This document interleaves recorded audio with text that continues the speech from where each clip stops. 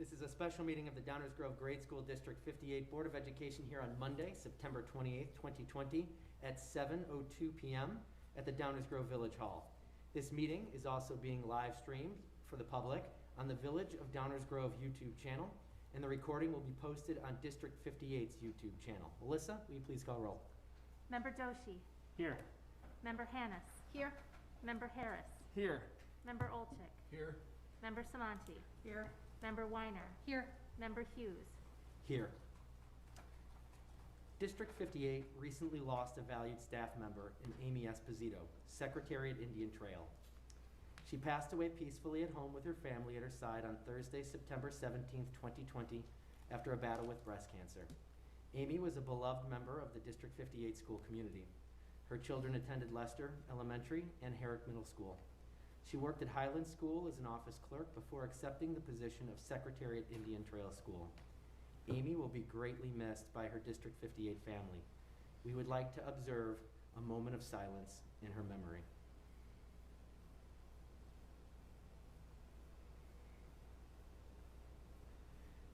Thank you. This evening, members of the community will have an opportunity to share a public comment with the board later on in the agenda. The board asks anyone wishing to comment to fill out a card and indicate the topic to be addressed. These can be placed in the basket on the table over to my right. Members of the public who are viewing remotely may provide a public comment by calling 630-743-4085 and recording their comment. Comments will be accepted until we reach the public comment portion of the agenda. We will play all comments submitted remotely in the order in which they were received. I have allotted 60 minutes for public comment, up to 3 minutes each. Should there be any time remaining, we will take any additional in-person questions. Let's start off today with the flag salute and the Pledge of Allegiance. I pledge allegiance to the flag of the United States of America and to the republic for which it stands, one nation, under God, indivisible, with liberty and justice for all.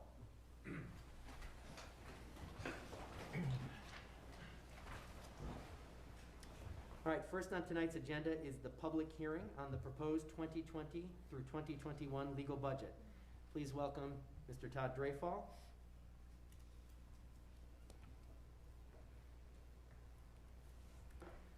Good evening.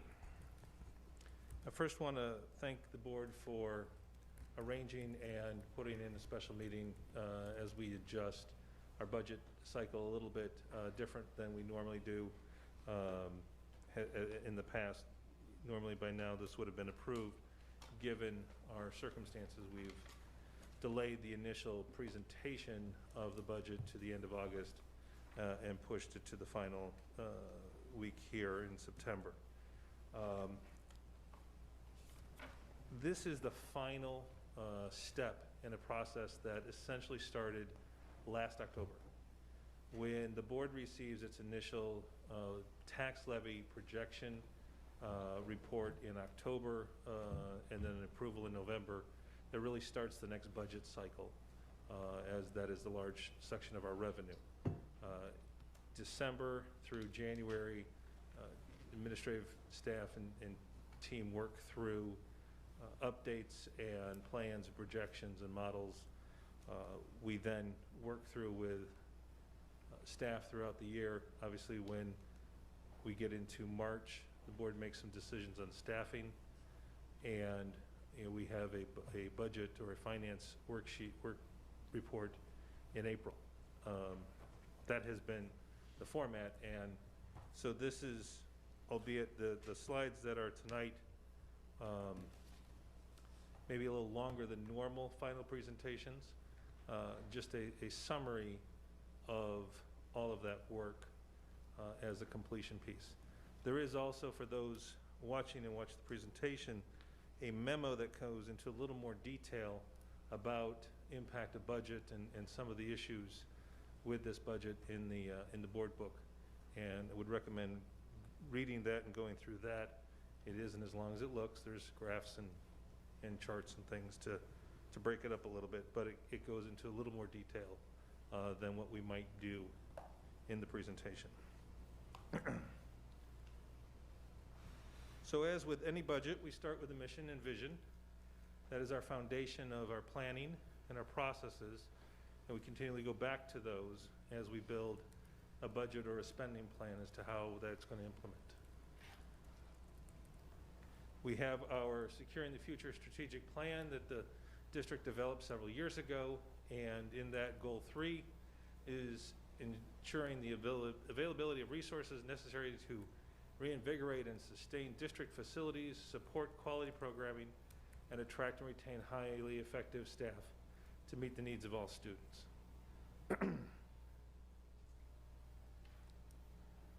This evening, the budget, and this is a continuation slide from last month, is our goal for this budget, and even as we talk about going on after the fiscal year 21 and what we are planning and working through for the next couple of years, and namely looking into fiscal year 22, is navigating through the pandemic, providing consistent services for students and staff, and managing the deficit.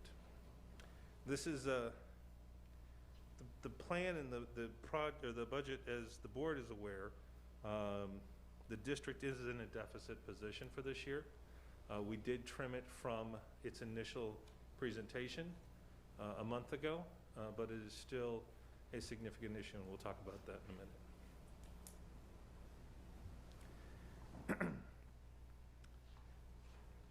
I wanted to kind of, and again, this is as much for people watching as it is for the board. The board is more aware of these things than most. Our budget, our revenue by source is about $71 million this year.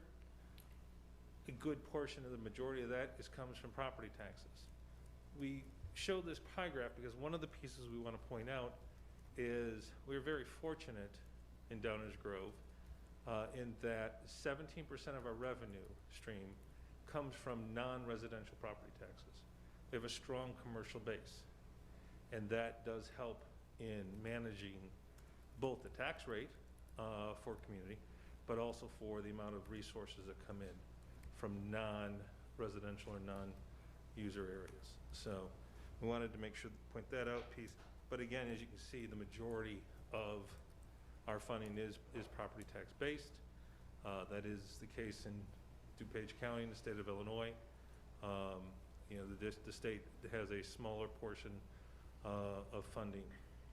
Additionally, for the state this year, the state aid was held harmless. It kept at the same level it was the previous year. It had been growing 1 or 2%. That total is only $3.3 million. Other pieces of the state funding comes from reimbursements from the prior year's expenses. Those are usually prorated at a lesser percentage depending upon what the state has and what it appropriates for those reimbursements. One of the areas that we'll talk about a little bit is some of our reduction in revenue is based on a reduction last year in transportation. Having the last 50 days of school and not being in school and being remote, we did not have, our transportation bill was down over $1 million. That translates into a smaller reimbursement into this next fiscal year from the state.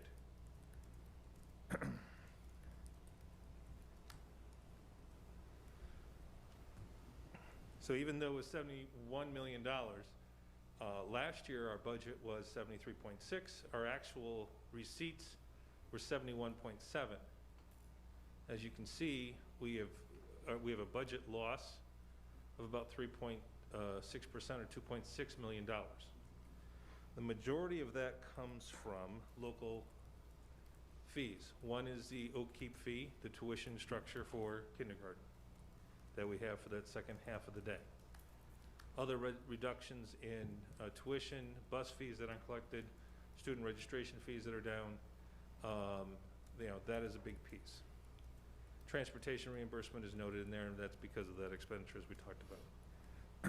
Other areas that we have reductions that is important to us, and when you talk about a $71 million budget, you may go, well, that's not, you know, the interest income and the CPPRT total is $250,000 as a percentage, is a small piece of the budget, but $250,000 is still a lot of teachers, a lot of people.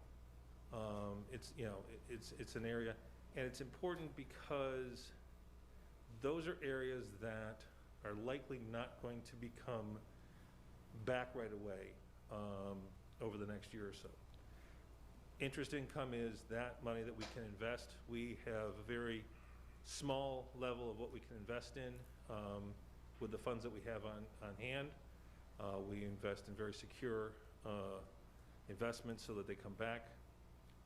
And with the federal interest rate down to almost zero, that translates into a very small investment return for the district.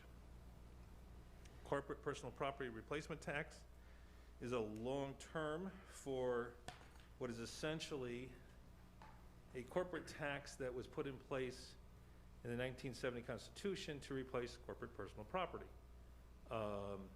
It's about $800,000, $900,000 a year that the district receives through the state. That is down from last year by $130,000. That is dependent upon a good economy in corporate taxes.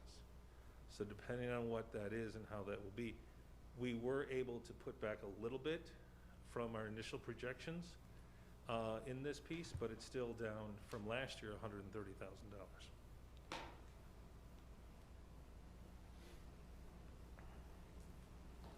Expenditure report. I threw this up there because I wanted it graphs off. Numbers you can look at numbers and see them, but when you look at them in a picture, it gives a much clearer sense as to the impact on your expense and on your salary, on your budget, as to what objects drive it. No surprise, we're a service industry. The majority of our expenses are in programs that are run by staff. And so the majority of our expenditures comes from salaries and benefits. And you can see that that is where those expenses go. Additionally, there's another piece in this, and as we get into planning for fiscal year 22 and our fiscal planning for the next year, we will bring the board more information about our capital fund and capital expenditures comparative to some of our neighbors. But you can see that that is a percentage and is a very low number. Now, when we built Leicester a couple of years ago, obviously it was $3 million over a year or two. But by and large, our expenditure, our investment in infrastructure over many years has been much smaller than what we need to for the size and the age of our buildings. So that is something we want to talk about going forward. At a glance, one of the things we were able to do when we went back through is we made some adjustments from that initial budget to bring down some expenses, to bring down some of that deficit.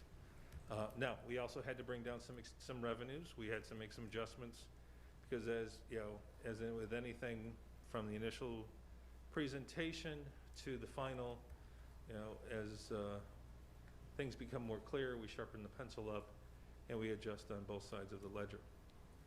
So we did have some reductions in revenues on this year, or this budget versus the presentation budget. On the expense side, we're able to bring in, where operationals or expenses are less than 1% above where fiscal year 20's budget. There are positions and things that were added through the year and adjustments made that were presented to the board through the spring. Those are still in there. Transportation is still at about 98% of last year's budget, assuming the increased rates that we have for the contract for this year versus last, as well as the adjustment of days in and out of on-site, and the needs for transportation. Medical insurance is estimated at 2.5% increase, and as we've said to the board before, there's the Health and Wellness Committee that has representative of all of the bargaining units. They meet monthly. They will be meeting again next month and bring a recommendation to the board for that renewal that will be effective for January 1st. We have gone through and made some reductions in areas we know, looking at this next year, being that this is not a normal year, that we don't see expending. reductions in overtime, substitute pay. We have substitutes for when people are sick. We also have substitutes for when people are doing professional development. And given the structure and where we're looking at, we know that there's going to be some reductions in some of those things that may happen through this next year. And so looking at that, what we can bring those down, as well as instructional assistants, and where we're at currently with staffing and where we need, for the going forward versus where we had budgeted originally or where we had ended in last year at fiscal year 20. Those pieces are a large adjustment to the budget that help bring down the deficit. There's obviously increases in operational and maintenance for the items that we've purchased, required, the tents, rental of the storage containers, PPE, cleaning supplies, and all of those items that are needed, as well as increases in contract services as we look at snow removal, possibility of having to do and outsource more landscaping so that our custodians can make sure they concentrate on the cleaning of the buildings. There is one thing in the capital piece, and as we continually work with the state on the El Sierra Playground Grant, as the board's aware, the district did receive funding for playgrounds from the state. There was a prioritization of this money, and this is bond money that the state has sitting for these purposes.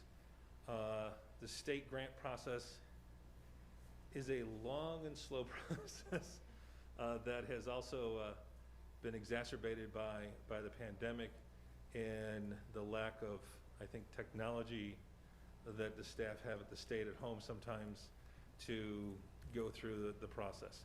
But we're continually working with them and hope to have that done in this fiscal year, hopefully soon. We had some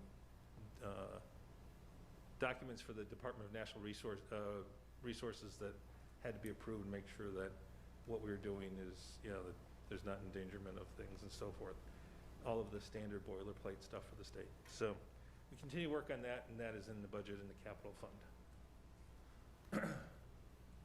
Want to just briefly look at kind of a table to get a sense of some of the reduction piece in education fund salaries. So in fiscal year 20, our spend for full-time salaries in the education fund was $39.3 million. Our budget for this year is 39.8, 1.4% change. Obviously, in that piece, there's been some reductions to accommodate that piece. There are contract increases for all staff each year. Teachers go in a step process. Obviously, those who are working through graduate work may make a lane jump and so forth, and all of that is accounted for. Additionally, reductions, as you can see in the sub, on stipends. We have adjusted and removed some things in there. Outdoor education is one of those pieces. It doesn't mean that we can't put some of these things back. Remember, this is a spending plan and a structure we have at this time. If things evolve and change in the spring and we're able to do some of the things that we may not have accounted for today but can bring in, and oftentimes outdoor education, when we take the expenditure of those items, there's also a revenue piece. That's a net zero neutral plan because we have revenue that offsets. We remove both of those right now. If for some reason we're able to do that in the future in the spring, we certainly can go and adjust that. And if we have to amend the budget, the board can do so before the end of the fiscal year. But given where we're looking at today, we've removed the field trips and the outdoor education pieces and those expenditures that we see in the budget,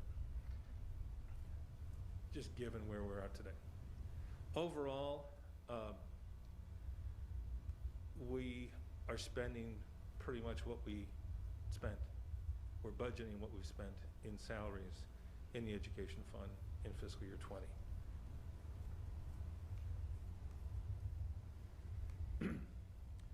In the packet, in the back of the budget, you have the recap. This is our standard recap form that the board sees often with the budget process. You have the beginning balance of the budget, the revenues by source, by fund, and expenditures by object. And you can go pull those up in the board docs to look at it fully on your screens, so as not to squint. But at the end of the day, our deficit for operating funds for non-capital is about $1.66 million. Overall, when you add the capital in, understanding that there are some capital projects that cross fiscal years. For example, the playgrounds that we received revenue for the Lester Playground and for the Puffer Playground, those actually didn't finish until this fiscal year, but the revenue was in last fiscal year. So you'll see those, the expense will be out in this fiscal, but we already had those revenues and resources in. So that jumps it up to about 1.8.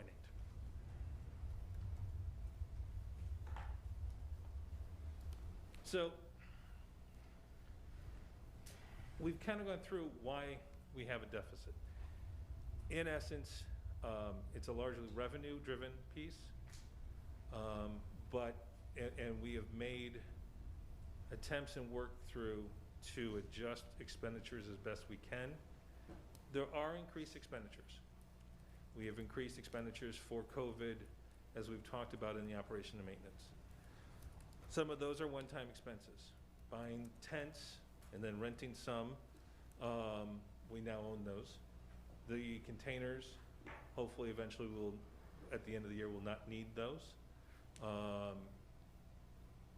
The cleaning equipment, though we bought things and we own those now, the increase in cleaning supplies is likely not going to go away. I don't think anyone thinks that the sanitation structure that we have in place today is going to leave us any time in the next couple fiscal years. I think we work with and assume that that is going to be our modus operandi for a while. I always go back to 9/11, and when my wife used to travel all the time, and I would always meet her at the gate when I would pick her up on Fridays when she would be flying home.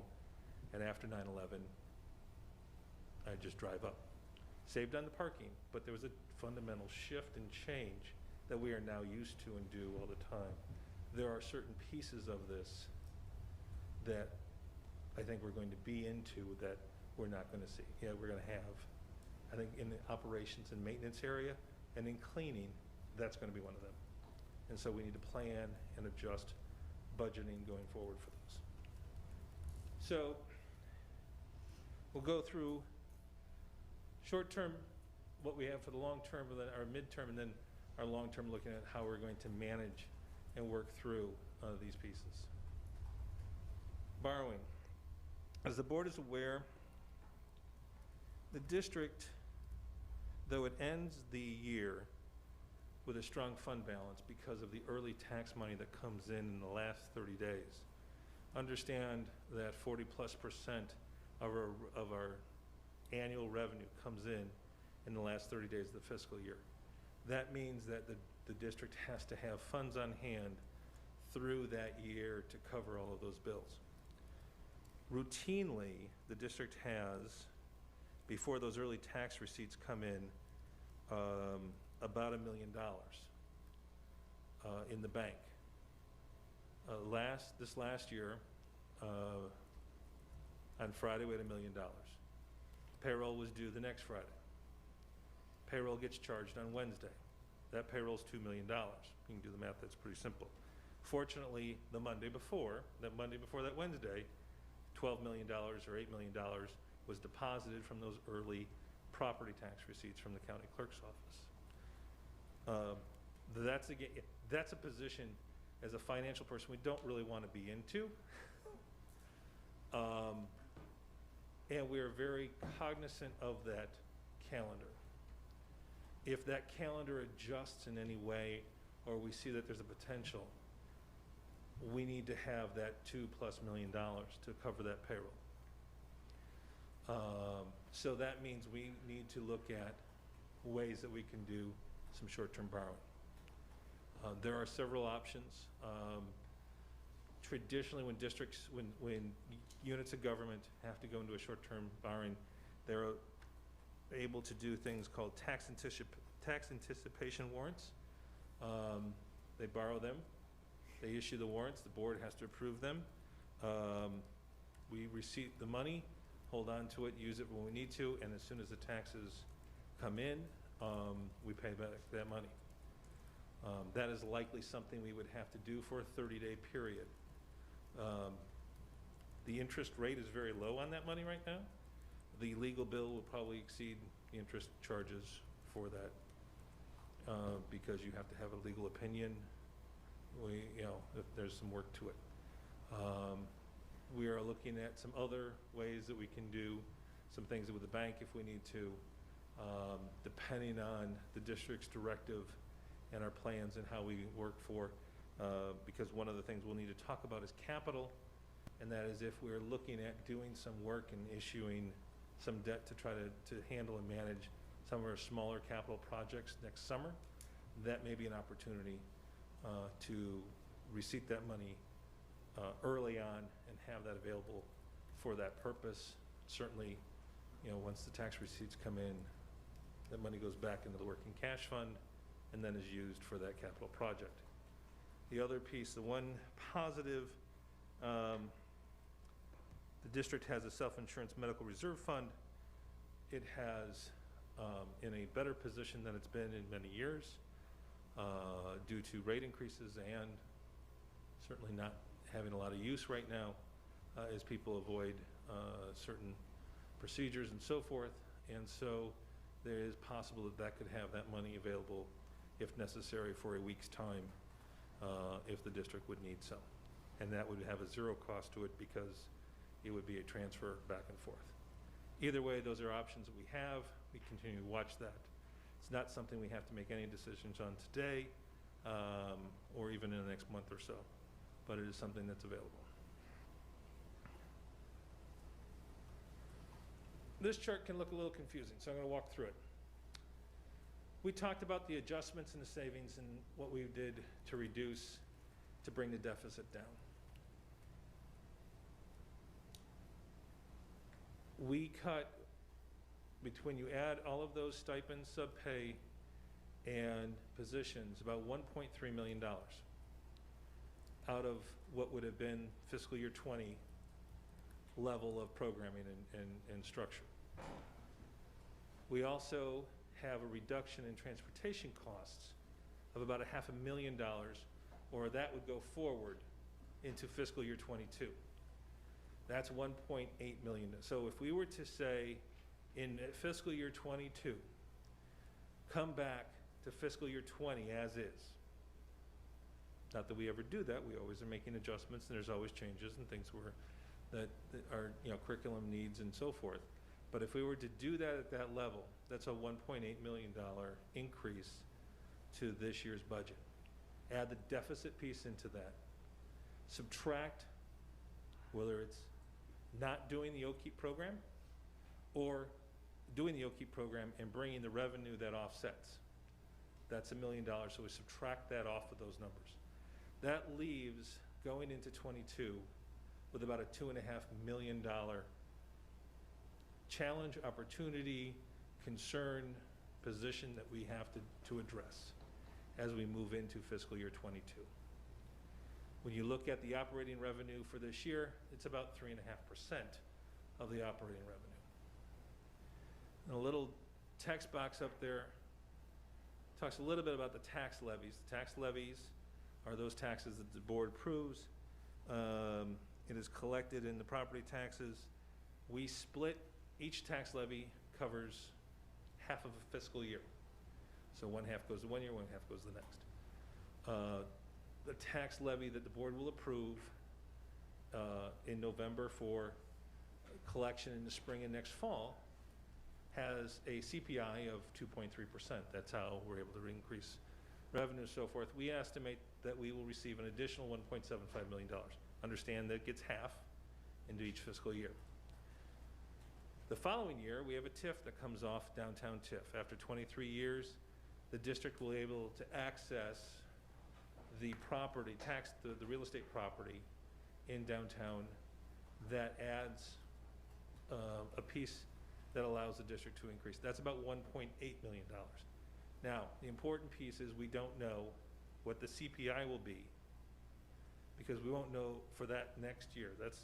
That's a levy that you're going to look at in November of '21. The CPI is the change in December. The change in December, we find out what that is in January. If that is lower than 1%, that is going to have an impact on what we have available for resources. One of the things that the district has been looking at for planning and programming, again, for its capital and infrastructure issues, is working to come up with a way to earmark or to focus on some of those revenues coming in from the TIF to help address some of those shortcomings that we have in infrastructure. The pandemic and the economy that is driven right now where we're at puts that into a jeopardy, into a position that we're going to have an issue with. And remember, I have that $250,000 in lost revenue in the interest income in CPPRT. If those don't, those are not going to, if we project that those aren't going to be coming back into 22 or are stagnant at all, we won't have those monies available to us. We don't have it in here, but one of the issues is always looking at is the condition of what the state is at. The state has held harmless or frozen evidence-based funding formula for all districts this last year so that we knew we were going to get our funding as we did previously. We don't know how long that will last or what the state will be in a position and be able to do.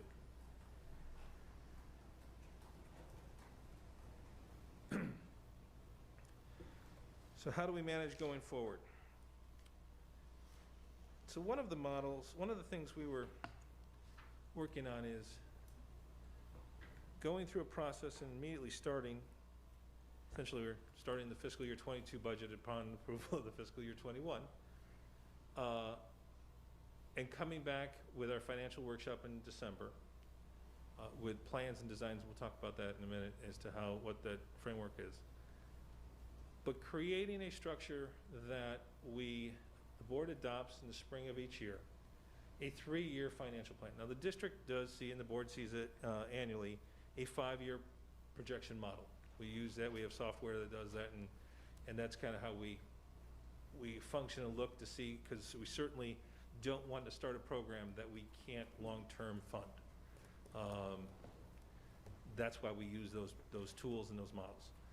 But this is a little bit more of a formal process to that, where the board is going to, we lay out things that we already have developed, the curriculum update plan, technology plan and cycle, staffing structure as we are for the next fiscal year.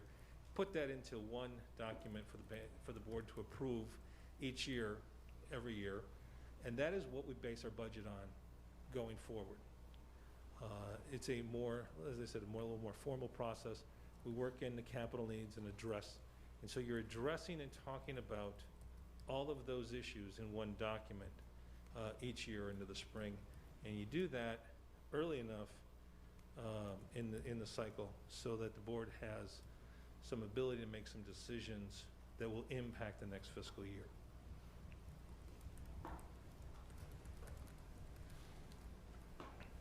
So going into the financial workshop in December, we have initial project plans and projections for 22 with revenue.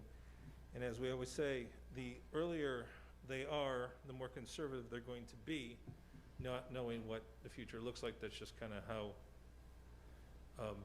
business managers keep their jobs, usually, is not being too out of the line on the revenue side. But that is also just good practice and best thinking on that. We do initial planning for that. We do some curriculum update, calendaring, and look at capital and working through those options, and start looking at ways that we can and areas that we can focus on, or at least throw out some ideas for the board to consider and the community to consider. And that December piece really starts that process in motion. From there, so looking at those, some of the recommendations moving forward, potential of a revenue, of a referendum. The district has talked about, but moving forward with what is the long term and how do we move off of the current structure with Longfellow and its two-system format of 2 buildings and central administration and support, and having an asset that has value outside of district ownership, and moving that off. Reconfiguration of facilities, looking at ways that maybe there's a way of looking at attendance boundaries and the structures of that. Reviewing capital and prioritizing capital needs and infrastructure. One of the things that operations and maintenance are going to be bringing to the board in short order is the need for a new roof at Pierce Downer. And because it's failing. And we have some asphalt work. And is there some lighting projects that we can do that has some very quick return on investment, or some boilers that we're spending operational dollars every year maintaining and keeping up that are extraordinarily inefficient? We had held off on those as we were going through that referendum process and that master facility planning that essentially stopped March 12th. And is, so that, the conversation of does that start again, or are we looking for some other options, and how we may do some of those things to start moving those pieces forward. And obviously, as the board is aware, we have a financial advisory committee that makes recommendations, members of the community, and going through, and they have been engaged through this process, and we'll continually work with them about some cash management and positioning and fund balance pieces, because we certainly need to manage what we have available in resources on a daily basis, so that we're not in the position of having $1 million and a $2 million payroll and trying to figure out how to make sure we cover that. But one of the pieces is, certainly this is not an administrative decision piece. This is where we engage the community into this process. And fortunately, all of the work that the district's done through the strategic plan, the master facility planning, and having that citizens task force that had already been in existence and working, and is up to date on, or is as up to date as February, but current on those issues and needs of the district, and bringing them back in and working with them as we go through that process, and starting in December, making in some of those pieces. So January, coming up with and then this is just kind of going through the cycle. January, putting together the 3-year tech and curriculum planning, reviews options by the Citizens Task Force. February, looking at staffing for 22. Again, continually, obviously updating revenue projections and what we have available and options, and then coming back in March, looking at approval for staffing for 22, balancing budget and projections in a model for 23 to 24.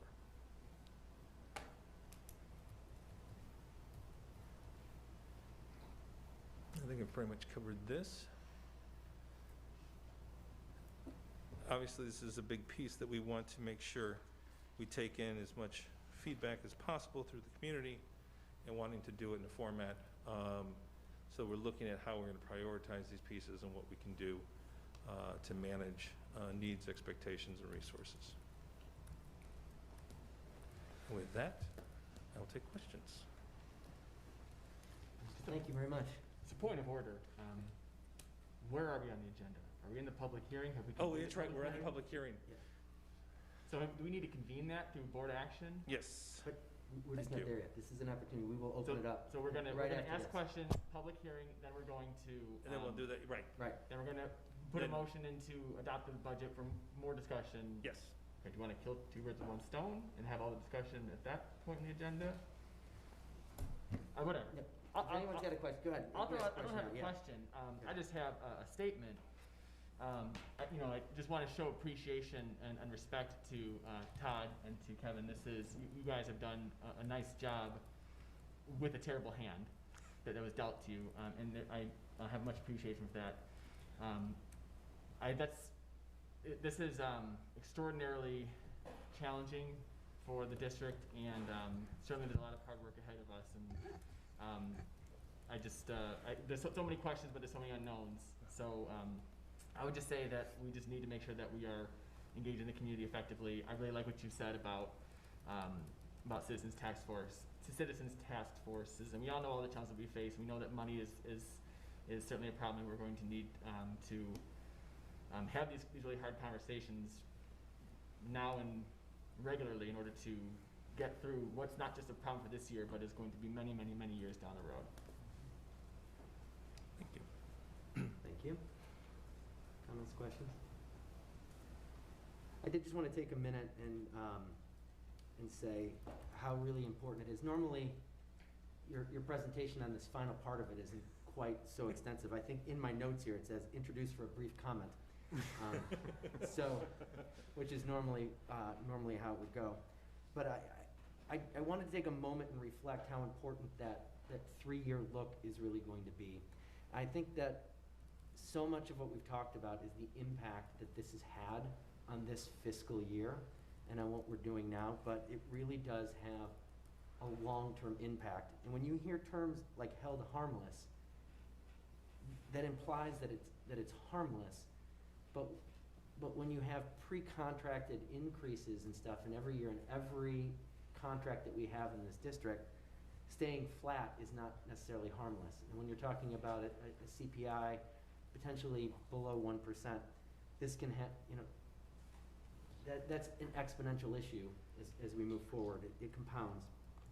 So I'm looking forward to reconvening the Citizens Task Force. The conversations that happen in that room may be more around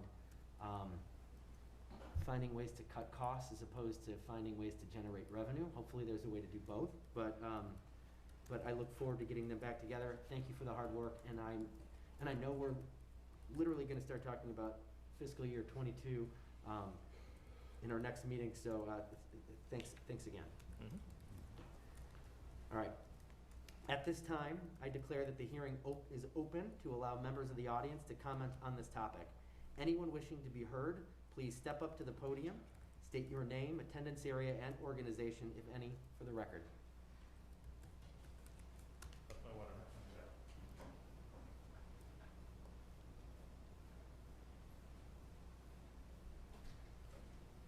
Okay. How are we doing? Are we allowing anybody to phone in for public Yeah, comment? do we have, are any of the comments that came in, James, regarding budget? They're not. Okay, thank you. All right. Since there are no comments tonight, I now declare this hearing officially closed at 7:45 p.m.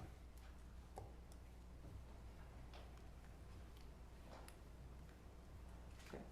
Having prepared a tentative budget and having made same conveniently available for the public inspection for at least 30 days prior to the public hearing, and further having considered input and made adjustments to the tentative budget, is there a motion to adopt the 2020 through 2021 legal budget as presented in final form?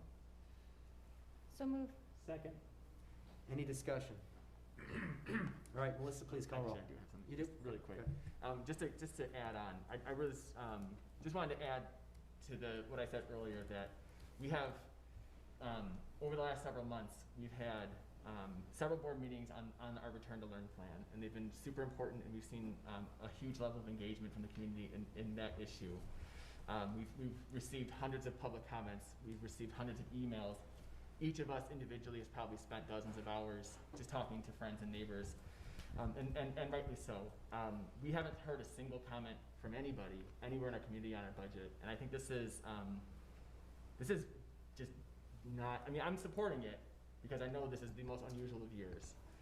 This is scary. I think I'm concerned that we are kind of, there's so much, maybe it's because so much attention's been paid to COVID, we're kind of just letting this one slide. This is a huge catastrophe. The COVID thing has been really bad for our community, but this is just as bad for our school district.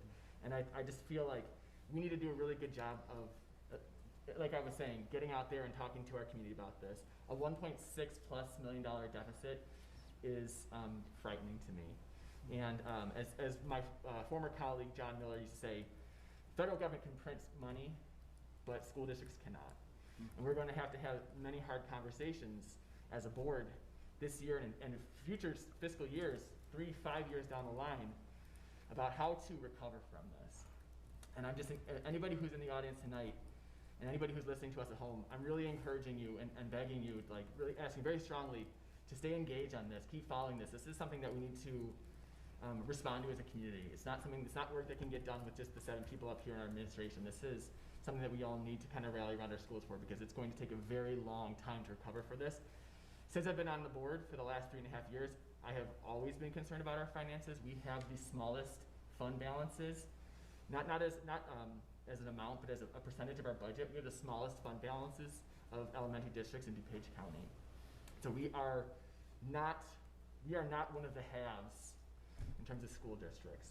So this, with our OKey problem and the $900,000 to $1 million that we're losing in revenue because we're not offering OKey this year, we are faring this way worse than most other school districts. This is a challenge that is not unique to 58, but it's certainly going to be felt here worse than many of our surrounding neighborhoods and communities and school districts. So I'm just, again, showing support for the administration in a very unusual time, but urging everybody in the community to keep following this. This is going to be, passing of this budget is going to be something that's going to reverberate through this community for a very long time. Thank you, Vice President Harris. You're absolutely correct. This is going to be something that we feel for a long time. Any other comments or questions? All right, Melissa, please call roll. Member Weiner. Aye. Member Doshi. Aye. Member Hannis. Aye. Member Harris. Aye. Member Olchik. Aye. Member Samanti. Aye. Member Hughes. Aye. The motion carried to adopt the 2020 through 2021 legal budget. We have one discussion item tonight. It is our Return to Learn plan for 2020 through 2021. We'd like to welcome up to the podium Dr. Russell.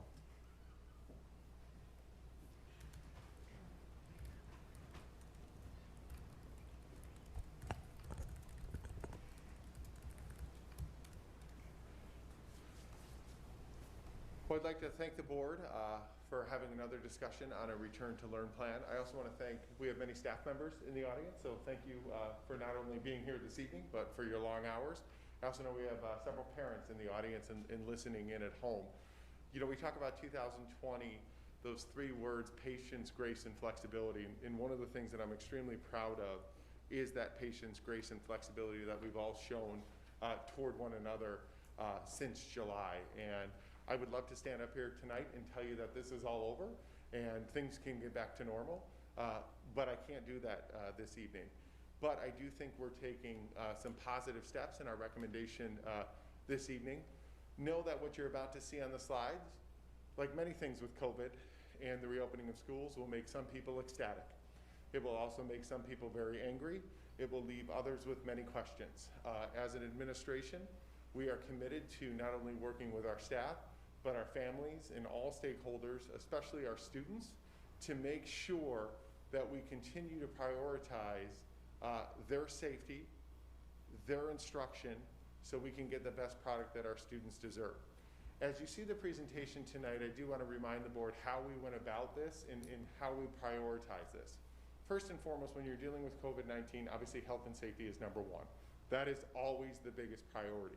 So the decisions and recommendations that we're going to talk about tonight really come from that lens. What are the experts telling us we can do, and what are the experts telling us we cannot do?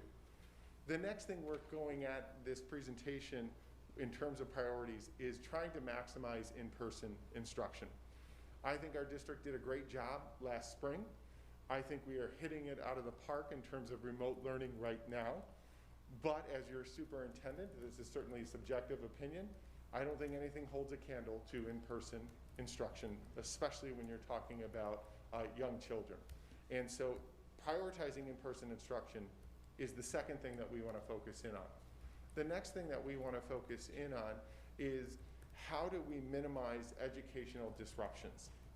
And that is a challenge, it really is, because when you looked at our mission and vision in Todd's presentation, we talked about creating quality educational opportunities.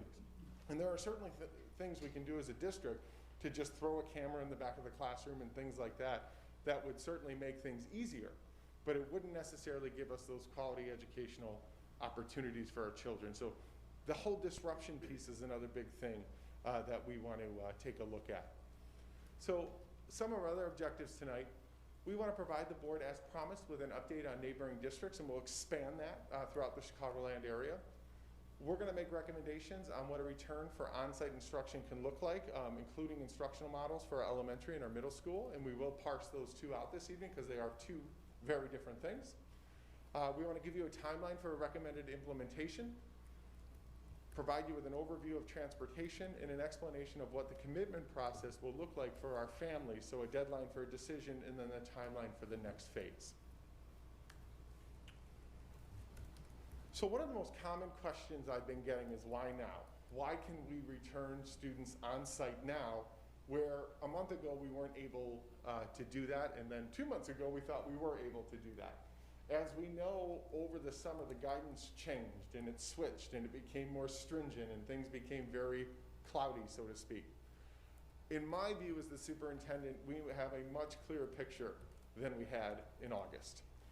The guidance has been updated from not only the IDPH, but the real big thing that's helped us out a lot as a school district in DuPage County is the health department's return to school framework.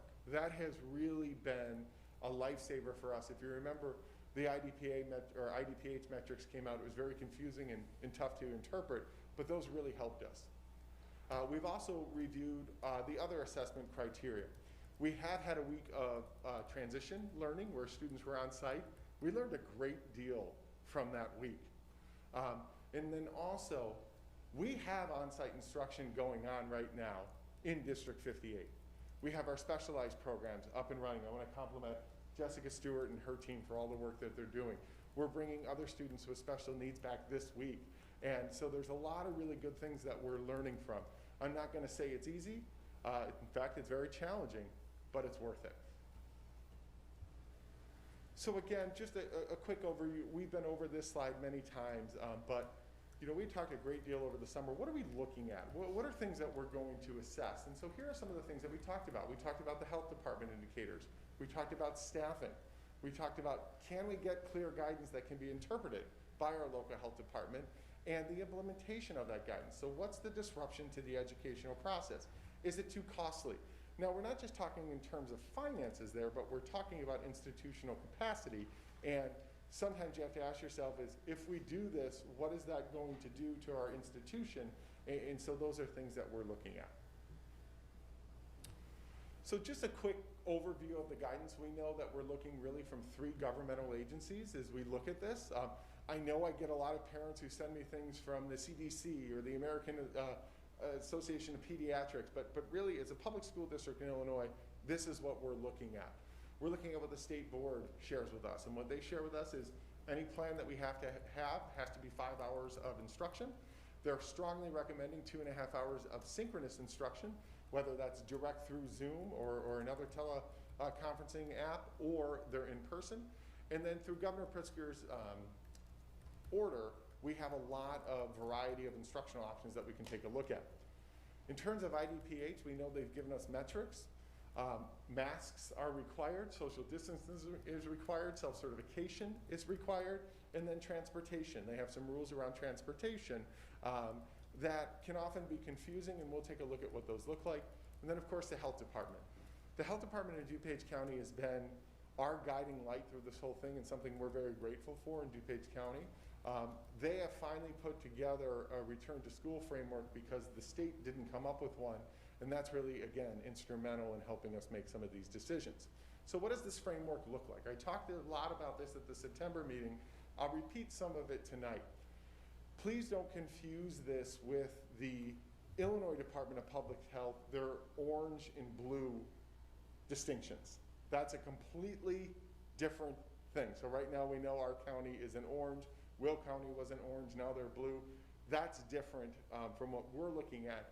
We're looking at transmission levels in DuPage County. There are 2 sites I'd invite people to look at. The DuPage County Health Department site has a really good site where you can look at COVID by zip code, and you can type in the 2 Downers Grove zip codes and get the number of cases. Northwestern University has also provided what I think is a very in-depth website that we take a look at a lot. And there you're not only looking at the number of cases, but you can combine both Downers Grove zip codes and Woodridge in there as well, however you want to do it, and it gives you the rolling positivity rate. So you can take a look inside of our school district to see how it's impacting us. Now, a word of caution with that, remember not all of our employees live here in the 2 Downers Grove zip codes, so you have to kind of take some of that with a grain of salt as you're looking at. That's why we tend to look at things from a county level. Oh, hold on, James, sorry about that. So when we look at the 3 transmission levels, minimal, when they came out with this, and this was after we had made our summer recommendations, minimal allows you to do a lot more things in my view. It allows you to have things like passing periods and lunches, and you can move around a lot. You still have to wear masks and do the 6 feet of social distancing. We are nowhere close to minimal right now in DuPage County. We're in what's called moderate, and we are right on that line between moderate and substantial. And what moderate is encouraging, the learning models from the health department, is some people learn at school and some people learn at home. So what does that mean? We're effectively talking about hybrid models there, where you have a reduced population in your schools. It's also talking about minimal to no movement when you're in schools and cohorting kids together. Why would we want to cohort students together?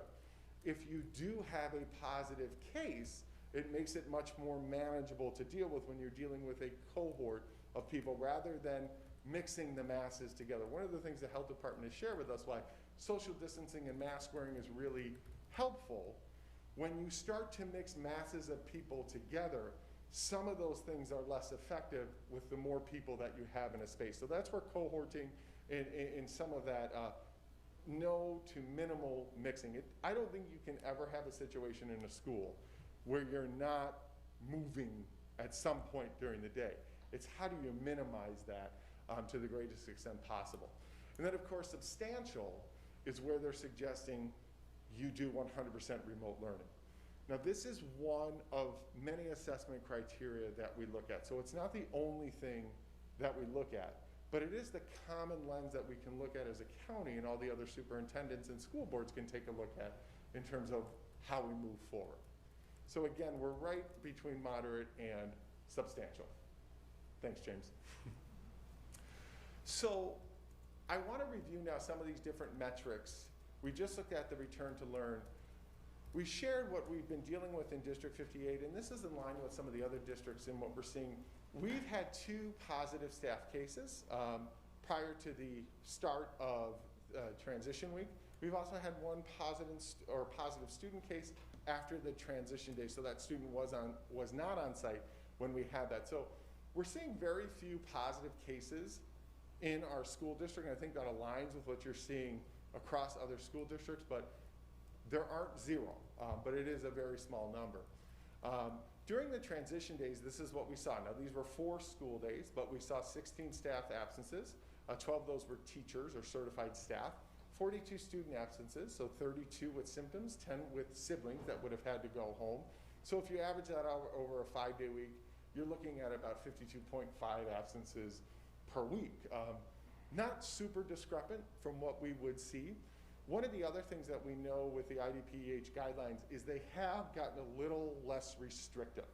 So the best example I can share is like a headache. Before, if you had a headache, you had to be sent home. Well, if you suffer from migraines and that's a known condition, you don't necessarily have to be sent home anymore if it is a new headache. That's when you get sent home. Same thing with a runny nose. We have many students who are allergy sufferers who would constantly be getting sent home under the old guidelines. Well, now they may not have to, and their siblings could also stay.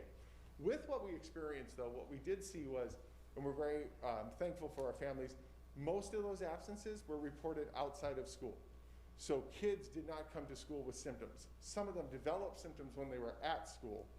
And then all of those symptomatic individuals all were negative or received an alternative diagnosis.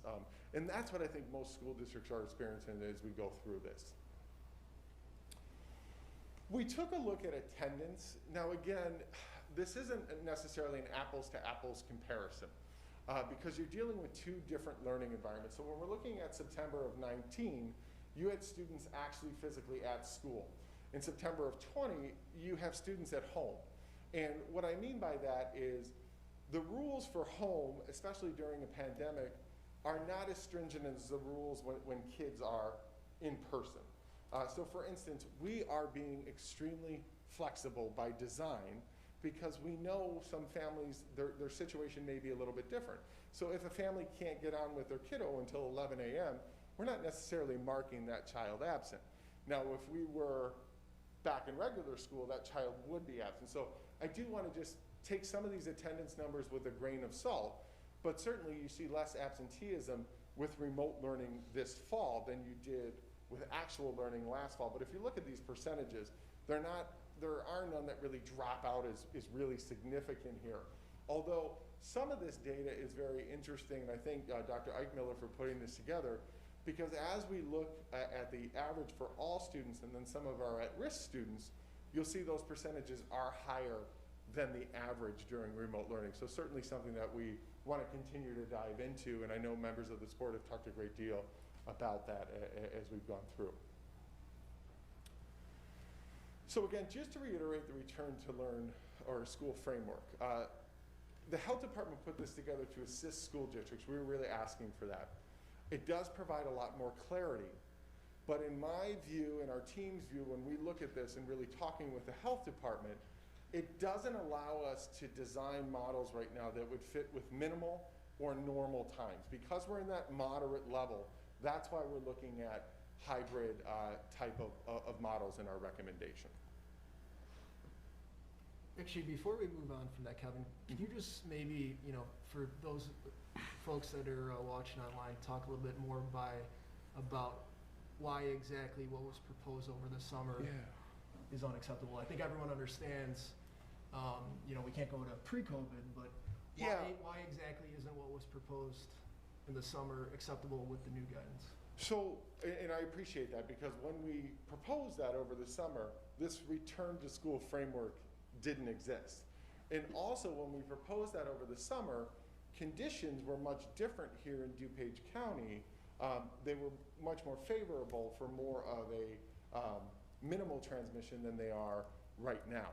And so what we proposed over the summer was basically at the elementary level, having all kids report to the school at once.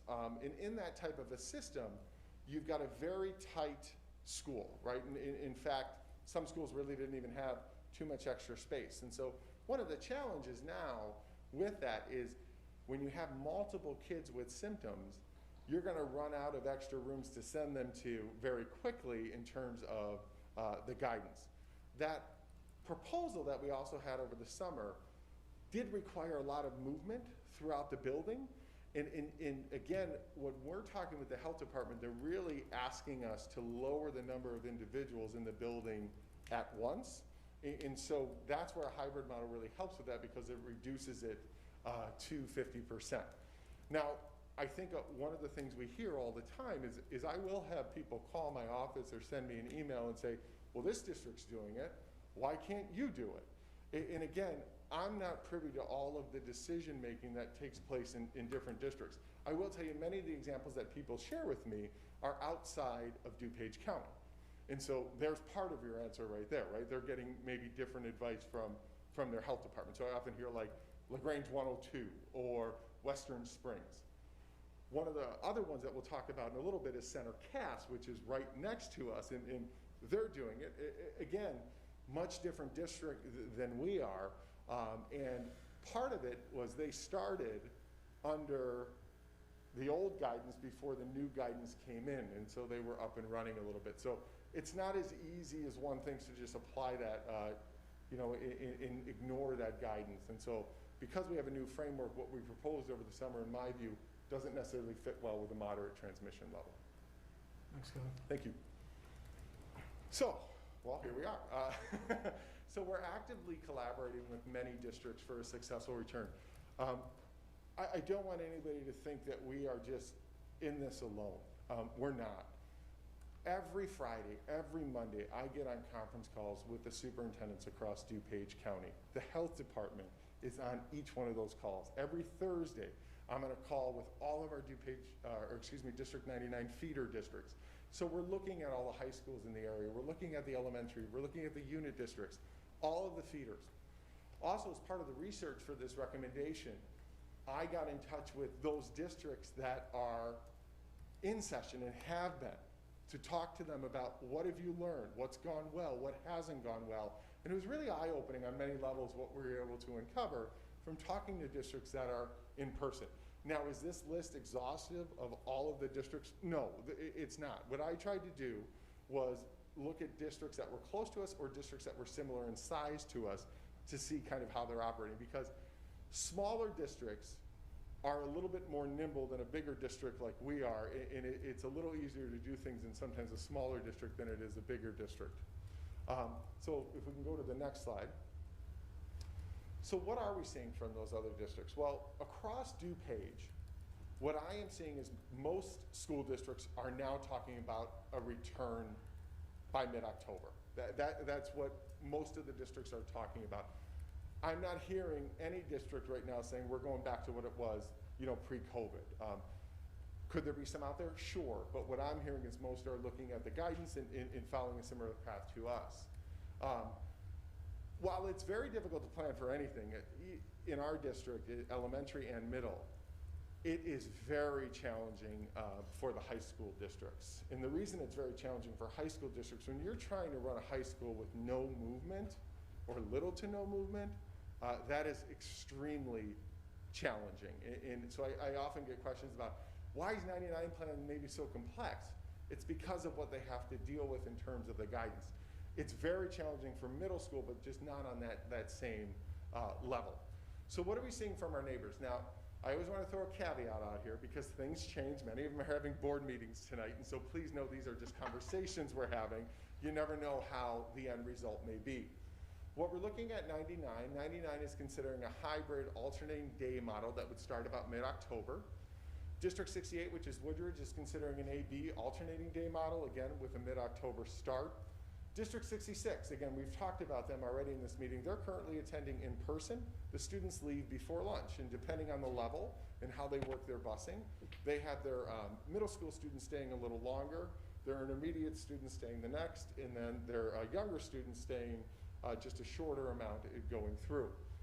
District 61, which is Darien, they're considering a half-day alternating model. And District 60 is also doing the same. That's Marker. Now, District 60 is planning on starting a little sooner by October 5th. So again, why did I pick these districts to focus in on? I wanted to look at Center Cass because of proximity. They're right next to us. They border us, and so it's nice, and I have a great relationship with Andrew, their superintendent. I wanted to look at Yorkville because when you take their high school out, they're a very similar district to us. So they've got 6,000 students. That's what that SS stands for there. But when you take out their high school, they're very similar. Wheaton is another school district. While they're much larger than us as a school district, still a very similar community. And then also North Shore 112. Why did I want to look at North Shore 112? Believe it or not, that's a very similar district to ours, but they're running a model hybrid, the elementary kids go in the morning, half go in the afternoon, which was something that we looked at a great deal, and so I wanted to know how it was going for those particular districts. So here's what we found out. Just like our district, they had very, very small numbers of confirmed positive cases for students and staff. I think North Shore 112 had 1 student and no staff. Some of the other ones were maybe 3, 4, 5. So you're not looking at a huge number of positive cases. And please know, I'm not dismissing positive cases. Those are all very serious, and they can be very, very severe. So I think as we discuss numbers, I always want to just take a step back with our community and make sure that everyone understands that we're not diminishing a positive case. A positive case is a very serious thing, and it can be life-threatening. What we are seeing from districts, students and staff have been excluded for symptoms or close contacts. Very few close contacts at schools, because when you look at the social distancing requirements that schools have to follow, we're not seeing a lot of those close contacts at schools. We're also not seeing a lot of the positive cases at schools. So for instance, one superintendent I talked to, most of their positive cases were linked to a soccer club, or most of the positive, close contacts are often the result of maybe a sleepover or something that happened outside of school. We are seeing that when people are symptomatic or they're a close contact, most get tested quickly, or they get an alternative diagnosis and are back within days. What we're seeing from all of the districts, and please know this is not me asking people to feel bad for administrators, but it's a great deal of administrative work, and that's just not on the administrators, it's the people in the offices, it's Jane's department and personnel. The amount of paperwork and the contact that you have to do, it is a lot of work to be back in person. Again, I truly believe it's worth it, but it is a great deal of work. And so what happens is a lot of times things have to get put to the side because you're dealing with the emergency right in front of you. And I think we saw that at this meeting. You know, normally at this time of year, the budget would be the only thing that we're discussing, and that's even taking second place to a lot of these COVID-19 things. And then also guidelines may vary by county. You'll see that, in my view, DuPage is a very, very conservative county, and they're getting even more conservative as of late as our numbers ticked into the IDPH warning level and as we get closer to that substantial transmission. So our county is really going to be stringent in terms of making sure that we have 6 feet of social distancing, making sure that we're being very deliberate in following the guidelines. That's nothing against some of the other counties, but I can tell you from speaking with superintendents outside, DuPage has a reputation for being extremely conservative. What else have we learned? Well, we've learned that every district does things a little bit differently. I don't think that should be a surprise to anyone up here. But it is very tough to make an apples to apples comparison. Wheaton's a good example. I often get, well, why can't you do everything that Wheaton's doing? Well, in order to make their model work, Wheaton took a lot of staff from the high school and middle school because they were remote and deployed them into the elementary school. That's a great thing, right? Where you can be using security guards and helping them with temperature checks and things like that. We obviously don't have security guards in our school district. Very few districts are deploying bus monitors. We talked a great deal about bus monitors and how nice it would be to add that on. That is one of those things as we look a little deeper into our planning that is going to be very, very tough to deliver. In fact, you're going to see that coming off of the recommendation. Not that we don't think it's important. It's just we can't deploy 40 staff members on buses given everything that we need to do when kids come to school with temperature checks and screenings and all of that. The other problem if we had bus monitors is if there were a situation, the building principal would have to go out to the bus stop. Well, walking around during our transition days, you would see just how active our building principals, I know we have our 2 middle school principals here this evening. I mean, they're running back and forth, door to door, problem solving. The thought of taking them out of that particular situation, we just can't, we'll be spread too thin. Temperature checks is an interesting one. And I'm not suggesting we don't do temperature checks as a school district.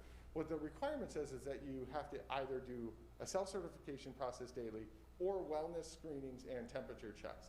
A lot of districts are simply just doing the self-certification and not going that extra step with temperature checks. We're still very much committed to that. We want to make that work. I think it's another good layer. There are some concerns from our staff in terms of the thermometers and once it starts to get cold out, whether or not those will acclimate to the outside temperature. But again, we'll keep working through that with our safety team.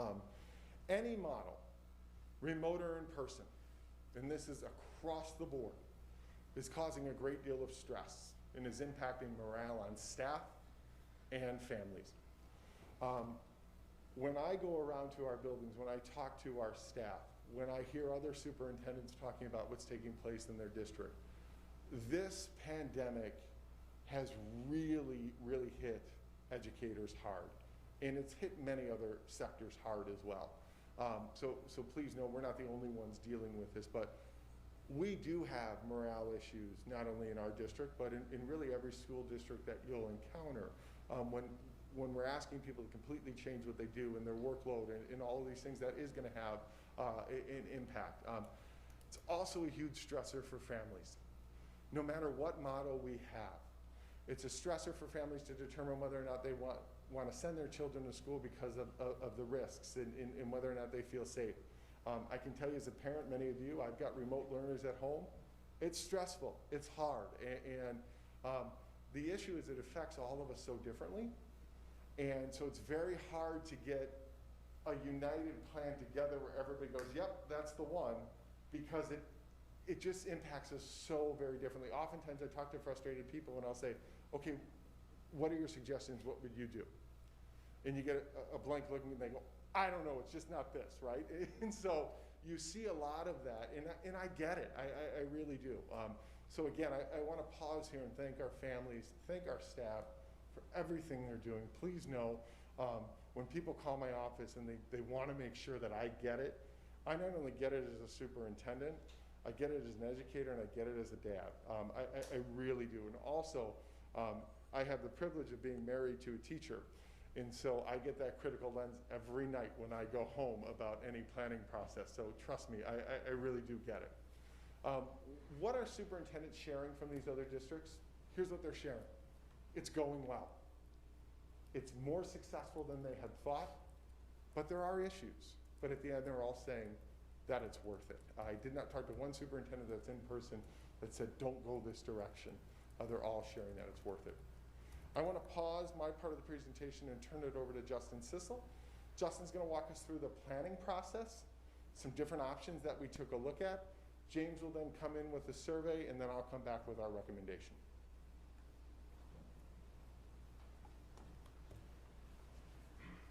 So to talk about the planning process, in many ways, the planning process has been ongoing since around March 9th. But what we're focusing on this evening is really since that mid-August board meeting, when we made the shift to fully remote learning, we have also, since the next morning, been talking about the ways we could begin to think about coming back on site. And as all of the guidance and all of the things that Kevin has referenced have become more clear, we've developed some criteria and considerations as we were presenting a recommendation for this evening. So looking at our lived experiences and what the guidance is telling us, we know that we continue to prioritize in-person instruction. That's been a clear message that we have delivered for quite some time. We also recognize that, as Kevin mentioned, there's a real possibility that we could move from different stages of transmission and be required to move from a hybrid model, into a fully remote model at some point. And the look at fluidity is very important at this point, because we recognize that our current instructional model doesn't translate directly into any kind of a hybrid model. And so what we'd like to do is come up with something that can do exactly that, so that if we do need to make that change at some point in a different direction, it won't cause another massive systemic adjustment. We know that we need to find ways to maintain a robust and rigorous education for our families and students who will choose a fully remote option, which is still part of any plan. We also know that the consistency of scheduling from day to day and week to week is a huge priority for our families. In fact, some of the feedback we've received from early surveys has been, I'm really less concerned with what the plan is than I am with the consistency of it, and knowing that I can make plans going forward. We know that any of these models will include remote or off-site instruction, and so we need to ensure that that remains high quality. We also know that the time for teacher collaboration and professional learning is as important now as it ever has been. I've stood before this board many times and talked about the importance of professional learning for our staff as we consider asking our teachers to embark upon a third instructional model in really 3.5 months of teaching, all told, with you taking out the summer. We need that time to ensure we can do this well. And obviously, safety, health, and well-being is always part of our decision-making. As we look to create a system that accomplishes those things, we also have to recognize the impact of that upcoming change, the safety and the need to responsibly adhere to the guidance that Kevin's been talking about for a while, and again, what we believe is best instructionally and socially emotionally for the students in District 58. Throughout this process, and on the screen right now is a quote from the July 30th meeting, we've repeated the concept that for better or for worse, instruction during a pandemic is never going to allow us to do all of the things we can do without those restrictions. And so if we are going to responsibly adhere to and implement all of the guidance that we are being given, there are limitations then that are placed on our instructional capacities. And so our job is to look at all of that and make decisions that reflect our priorities and that we believe are the best that we can do given the very real constraints of the environments. The example of cohorting students, the examples of minimizing movement and mixing, the length of time we can spend during a day based on masks and things like that. These all lead to less than ideal situations across the board, and yet we work to, as Kevin said, move toward that in-person experience that we do believe will be valuable. When we talk about minimizing the transition, we also need to be clear that yes, we are working to minimize the impact of the transition, but as we've said at previous meetings, there absolutely will be a transition and there will be an impact. There are students in preschool through 8th grade who will see teacher changes as a result of the recommendation that we would make later this evening. And that is not an insignificant impact. We absolutely value all of the relationships that have been built and all of the things that have been happening over the first several weeks of instruction. We also know and trust that our teachers can recreate and rebuild classroom communities as they shift. We have examples of classes that have done that in our system every year and found success with building relationships as time goes on. We've worked instructionally to ensure that when that transition happens, students won't be at different places in their learning, regardless of where they are in the district, so we know that we can minimize the impact instructionally and academically. We know that for students and for staff, quite honestly, we will need to work through the social emotional challenges that come with a mid-year transition, but I believe that we can do it. It's also one of those points where the fluidity comes back to be important, because I think that we need to recognize the size of this change is one that we would hope not to go through again in an academic year. We're a system of 5,000 students and 600 staff. We're not designed to make real quick changes during a school year, but we can get through it with thoughtful planning and purposeful collaboration. As we looked at the models to consider at this time, we did some early narrowing based upon the guidance, based upon our experiences, based upon all of the things that we've learned. And so as Member Olczek inquired, that modified on-site plan from August, we did consider it, but based upon those experiences, the ways we'll need to use space differently, just in reflecting on the way our transition days occurred and what's happening with on-site instruction now, we pretty quickly realized this model wasn't going to be viable. And so at the elementary level, we looked at two specific models. One idea or one concept is that around half of the students, a smaller number than previously determined, would attend on-site every other day for a certain period of time. The second model we looked at was that half of the students would attend on-site in the morning and half of the students would attend on-site in the afternoon each day. So there would be a slightly smaller window of on-site instruction, but it would allow for daily on-site instruction for K through 6. At the middle school level, we have previously established that our space constraints really don't allow us to adhere to the guidance and bring all students on at once. So we looked at two different hybrid models. One would be half of the students attending every other day at the same period of time, and the other would be half of the students attending every other day, again in sort of an AM-PM model. Again, that model in this case would, for the middle school, would make a smaller total amount of time that students would have been on site over the course of a week. I'll talk about how we gained some feedback on these models in the next slides. I'm not going to walk through every pro and con at this moment in the interest of moving forward with the recommendation. But as we move to the next slide, we've had several formal meetings and informal conversations. The list of meetings there was published at the last board meeting on September 14th. We've also had a faculty meeting at each building where all staff were able to view each of those models that I discussed on the previous slide, albeit briefly, and provide some initial feedback and actually more often a number of initial questions around each model. And that is really the beginning of feedback and dialogue around the models that we will ultimately recommend as we move forward. We know that this is only the first step in gathering feedback from our staff and from our teachers to make sure that the details make sense for everyone. There will be meetings that will occur.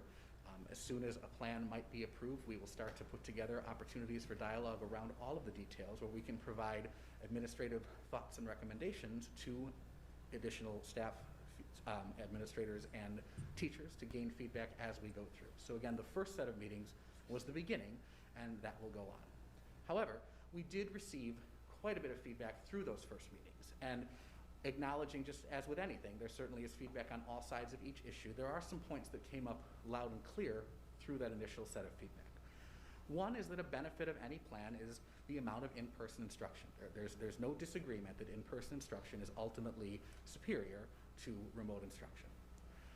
There's also significant acknowledgement that increased time is needed as we think about planning for remote and off-site, especially alongside some on-site model. We've received tremendous feedback from our community that remote learning is significantly improved since last spring, and that is attributed most directly to the tremendously long hours our teachers are working right now to make that the experience. Kevin mentioned this earlier, but we also want to acknowledge that the idea of simply having 10 students zoom into a classroom while 10 students are physically present in a classroom is not necessarily the instructional model we want to pursue. You can teach really well remotely, and you can teach really well on site, and it's really very challenging to do both in the very same moment. It's not to say that in a very small group of students there couldn't be opportunities where that exact model, 1 or 2 in a small group and a third on a device, might be a little bit more workable because of the level of what we're talking about. When we talk about full classroom settings, the idea of doing those two things at once is we believe we can do better as a district. As we heard from staff, certainly there were thoughts on all of the models, but we did see some momentum as staff feedback began to coalesce behind that morning-afternoon split model for elementary and the alternating day with students on site for a larger portion of the day at the middle school. So again, while I'm not going to say it was unanimous, there certainly was a lot of momentum in those directions. Cleaning time is always a consideration and something we need to make sure that we are cognizant of in every model, and that came through from staff, as well as all of the health and safety components that we need to make sure are in place, just as we've talked about responsibly following the guidance. We've heard about parent-teacher conferences falling right at the potential time of a transition, and how those conversations might not be as valuable in that moment as they might be in a subsequent moment when we've come through that transition a little bit. The other reality is that creates for a very intense week for families and for staff as we're trying to navigate a pretty significant transition. There were staff groups that certainly suggested the idea of a fully remote day as part of a plan for a variety of reasons, including just a difference of schedule and then keeping that remote practice in place. And the last 2 bullet points, I think, and again, when we're saying staff, we're talking administratively, teachers, some of our instructional assistants were part of this.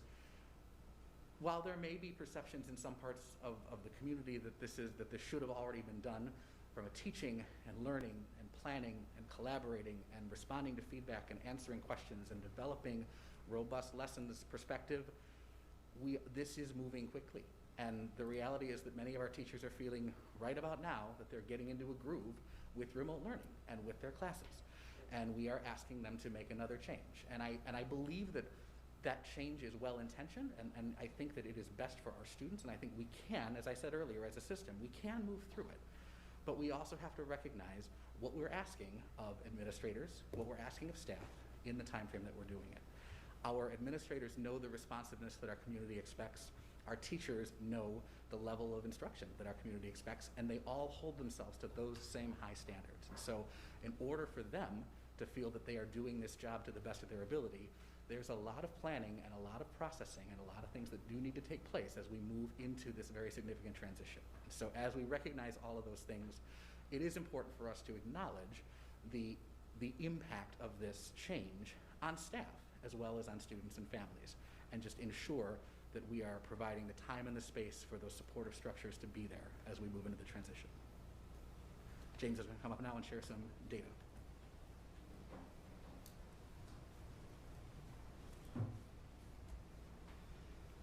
All right, so I will briefly go through some of the survey responses. And this was, I know we've been getting a lot of input from parents lately, and that'll continue because I think it's important to get that feedback. This is a survey that went out a week ago, the previous Friday, regarding parents' preferences or what they were considering for as we pursue an on-site learning plan. And to kind of understand the need for this survey, because I think we're hearing from parents that it is a lot to keep up with this. And we had a really impressive response here with 3,600 parents responding in a matter of 4 or 5 days. So I really do appreciate the feedback that our families have been giving us. But if you think about the planning process that Justin and Kevin laid out, we hit a point where we're getting close to figuring out what is feasible in each model. We have to support remote learners, we have to support on-site learners. You really start to have a sense of how many students are going to be in each model to understand what's feasible and what's possible. and what some of the initial staffing considerations would be. And the most recent data we had for parent preferences on this was from August, and which usually wouldn't be that long ago, but in our current state, it really is a long time ago, and the data wasn't necessarily something that we could be confident would be accurate of where our parents stood, considering the current situation. So, but at the same time, we recognize that parents can't tell us which option they want if they don't know all of the details. So it's kind of that chicken or the egg moment. So we landed on this survey to help guide our final week of developing this proposal that you're seeing tonight, and again, that feasibility. We decided to ask the question in a way that gave 3 options. The first option being, regardless of the final details of the plan, we do intend to send our child to school or our children to school for a hybrid learning model to participate in that on-site portion of the day. On the other end of the spectrum, there is the option for parents select. Regardless of what the plan is, I do not intend to send my child, and I choose, I'll elect the fully remote option for my child. Then obviously there's that other chunk kind of that falls in the middle, which, well, I can't really tell you unless I understand the final details of the plan. So while that 26.6% you can see that was that chose the middle option that needed additional details, that is a pretty big number. If you think about our planning process, this gave us some kind of guidelines, for kind of some boundaries for where we knew it would fall. We can assume that our on-site number of quantity of students was going to be at least that 66%, and that our remote was going to be at least 7%. You could kind of take portions of that 26.6 and put them in either group and allow us to say, well, we should be able to operate within those boundaries, and we should be able to have a plan that should be able to be successful and adjust our staffing in a way that can make it work. So it really was helpful in letting us determine the feasibility of our plans. A question you might ask is, well, what do we know about the 26.6%?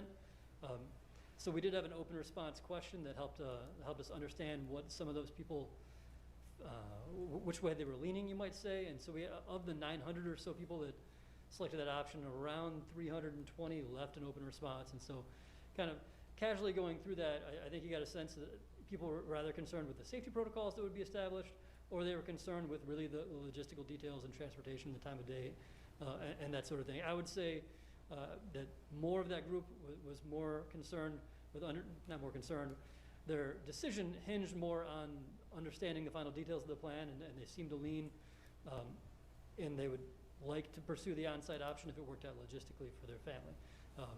So anyways, this was really helpful for us to plan.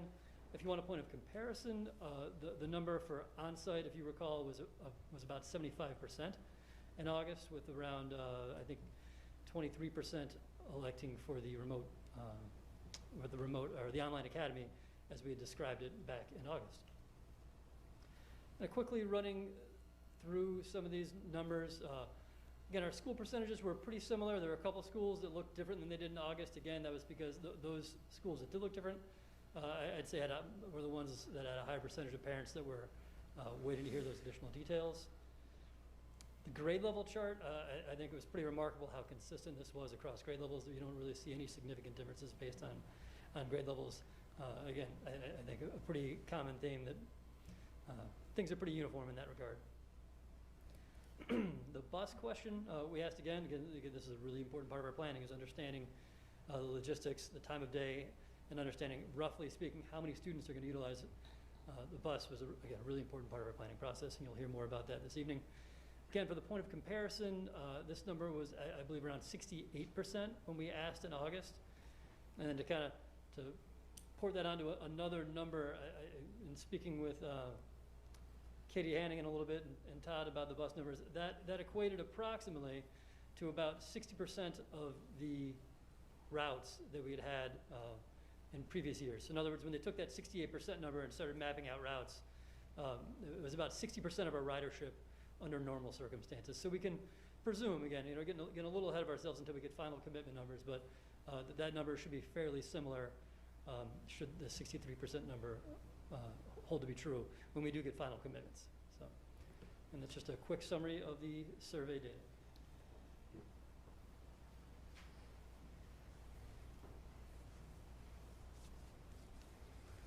Okay, so now we're at the point of the presentation where we want to talk about administrative recommendations, and certainly open it up to the board for any questions after we get there. We're going to start off by talking about preschool, then we'll do elementary, and then we'll finish up with middle school. So in terms of preschool, the preschool program is divided into different models. One of the things I think we all agree on is the kiddos who need to be in school the most sometimes have the hardest time with a lot of the requirements that we have, whether that's mask wearing or social distancing. Also, when you're looking at a preschool program, the most effective preschool programs and kindergarten programs are all based on play. And it makes it extremely challenging to do in-person instruction for some of our preschool groups because things like the sandbox and other things just aren't available like they once were. But as we're looking at the blended model, and that would be a mix of general education students and students with special needs, we're looking at offering a consistent 5-day-a-week experience for all of our kids, so kids come every day. The synchronous time would be about an hour and a half. There would be asynchronous activities available as well for those families who chose so. And we'd be looking at 3 sessions. Again, each about an hour and a half with an hour in between to clean those preschool rooms. When we look at our special programs for pre-K, that's our developmental learning program and RISE. Those are our students who are on the autism spectrum. Again, we're looking at that consistent 5-day-a-week per model, 2 hours and 15 minutes, and then again with that break in between. So that's more of an AM and a PM type of a model that we're looking at for that portion of our preschool. Again, you can kind of get a sense of what that would look like through a schedule that Jessica Stewart and Jacqueline Cadard and their team had created here, so this is for your reference. As we look at the elementary we're going to divide up into kindergarten and grades 1 through 6. And I should have said this before we started with the preschool, but again, what are we prioritizing? How are we making these recommendations? Health and safety, number 1. Trying to maximize in-person instruction and trying to minimize those disruptions to the greatest extent possible. So that's kind of the order as we go through this.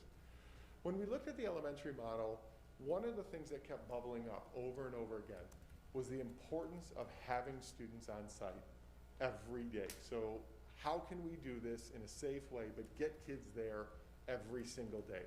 And so what we're looking at the elementary model is where group A would attend for 2.5 hours, and then you would have that break in between, and then group B would come after that, and that would be the PM model.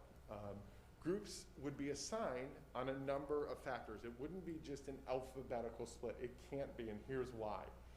Siblings. We don't want to split up families at the elementary level.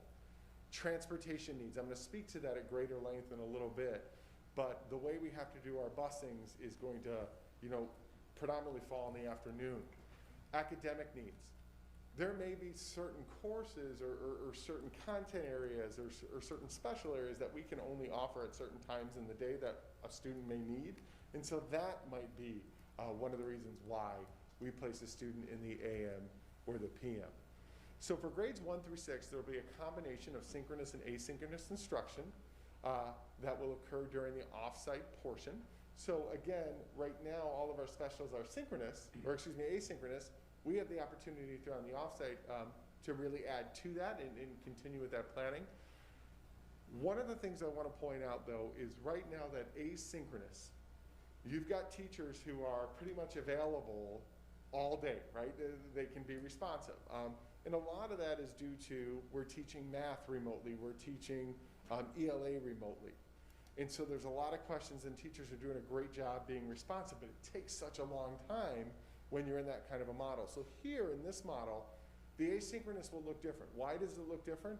If you've got a classroom teacher who's teaching to one set of students in the morning, those students go home and do their asynchronous activities, that teacher can't be responsive to them like they have been because now they're teaching a different set of students.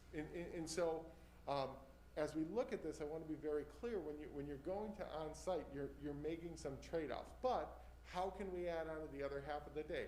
Again, specials are a great opportunity to add some of that synchronous time in. But one of the biggest concerns I've heard from our staff is, yes, in person, however, what is this other time going to look like if I have kids in both models? And so we have to be very conscious of that.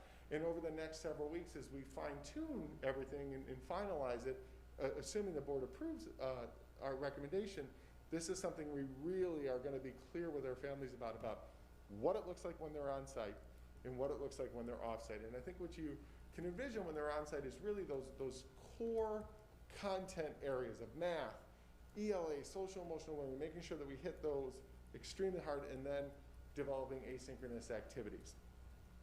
For kindergarten, we are a half-day program this year. One of the nice things about this model, at least in my view, is that you can accomplish the entire kindergarten program while kids are on site if they choose the on-site option, which means kindergartners don't have to go home and then log on to Zoom and things like that. I think most of our families would welcome that, because 5-year-olds on Zoom is a very, very challenging experience, to say the least. With every plan, we have to offer a full remote option. And I think this is very important. Remember, you don't just have individuals out there who just say, well, I'm not sending my kiddo to school. You also have individuals who have family members with underlying conditions at their homes. You have students with underlying conditions at their home.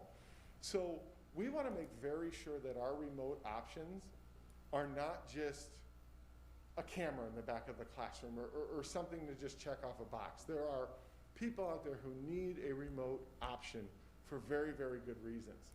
And so our instructional time for that would be consistent with ISB's recommendation. It would be provided by District 58 certified staff members. Content would be consistent across the grade levels.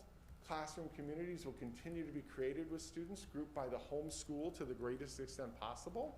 And in very specialized situations, you may have to make some exceptions because the numbers might not quite be there. But one of the things that we heard throughout the summer was really good feedback about an online academy. Parents had a real desire to be connected to their home school. And so what you see with this proposal is that it's District 58 teachers. It's not a third-party software. And also trying to keep kids connected to their home school. Again, though, this is really where we need to see where the numbers are going to pan out. I can't sit here tonight and tell you that every kid's always going to have their same teacher or all of that, because you could have a situation where, let's say you have 60 kids in a grade level, and 55 or 58 take the in-person and 2 take the remote. Well, we can't run a section for 2 kids, so we may have to combine them with a partner school or something like that in order to be the most effective. Again, though, I think you see our priorities and what we'll try and do through the planning process. The other thing, I know as an elementary parent, the thought of kids maybe switching teachers is very, very concerning in any model. I want to assure you and say the exact same things Justin did, to reiterate those, but also know that as we're looking at grade level approaches, there are still going to be in contact with any teacher they may have had.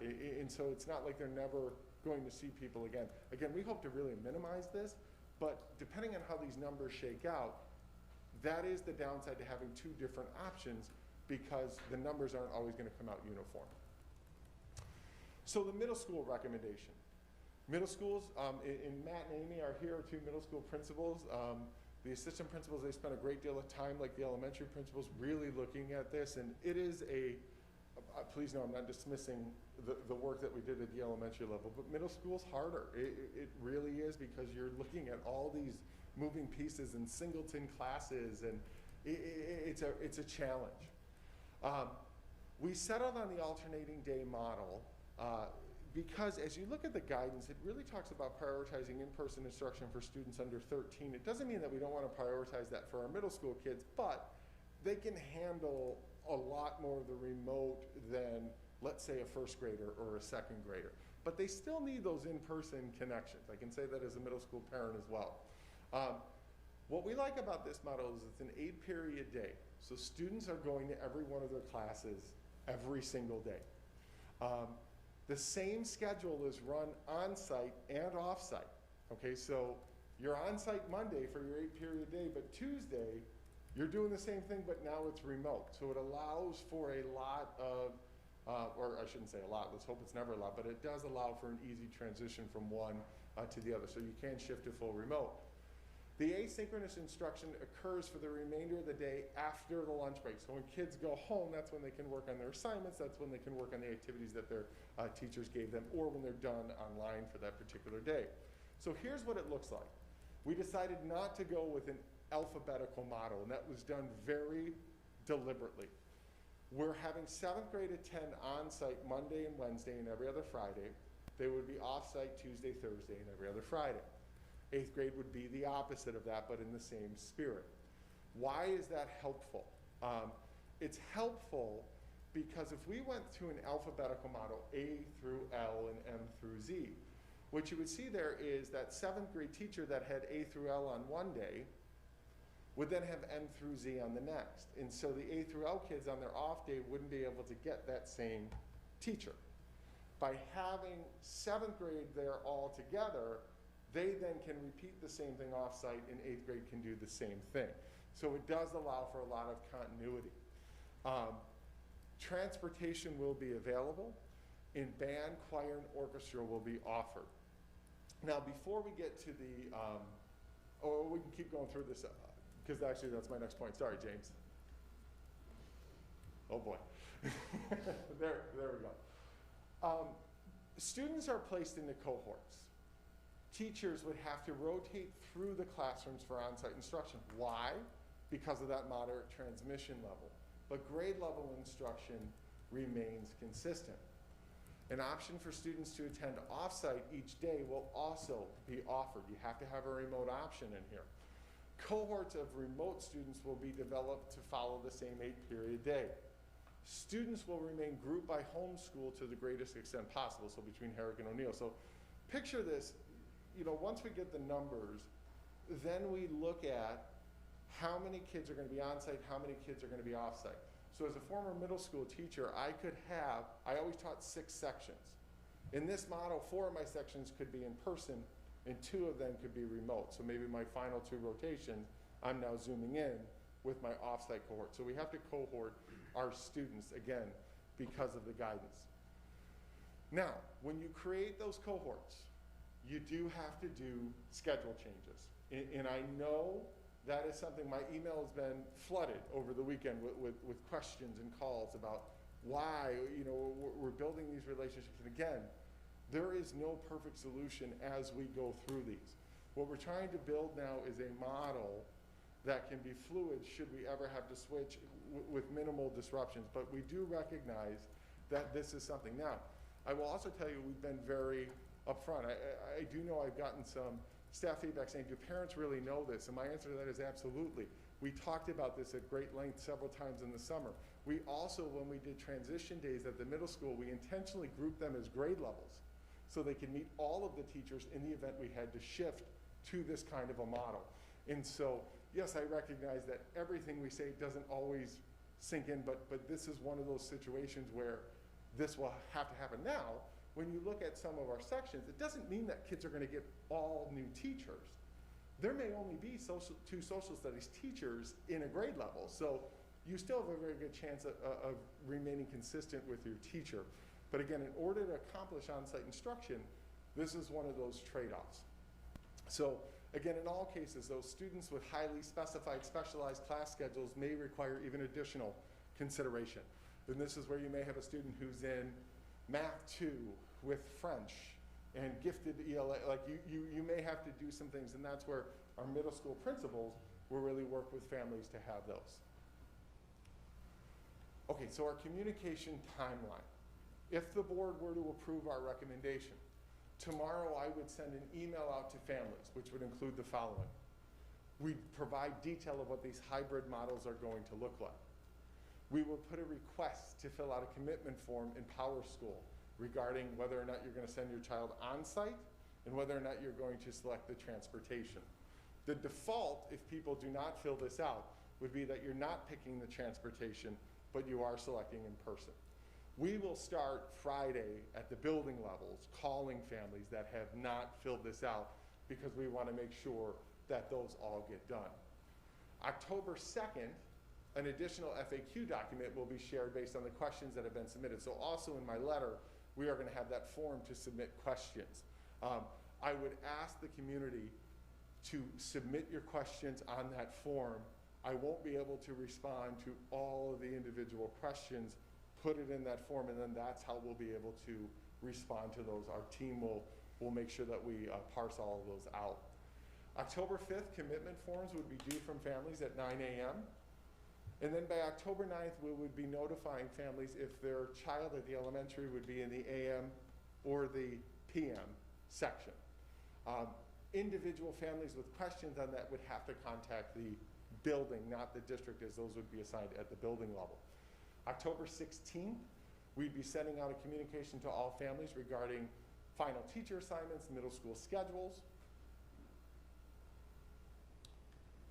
The transition week would look like this in our recommendation. We'd be taking, the state gave us 5 planning days to utilize. We've used 3 of them. We talked about saving them for the next transition.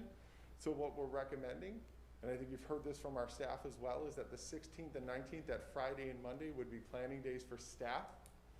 They'd be planning for the change in instructional model, communicating with families to support the shift, articulation between those staff members as class configurations may change, and then again, reviewing all those safety procedures and protocols. So then we'd have 3 days of on-site instruction. That Friday was a scheduled school improvement day and a day off already. That would be a fabulous opportunity for us to come back and sit with our staffs and say, what went well? What do we need to improve on? What questions do you have? And to really do a nice review along with the professional development. And then we could start full-blown the following week. Parent-teacher conferences, we would be recommending that we push those back to the end of November or early December, which is not that uncommon to have parent-teacher conferences in November. Right now, the thought of putting those in addition to the transition week, I think is giving everybody a great pause. So here's what the middle school rotation could look like.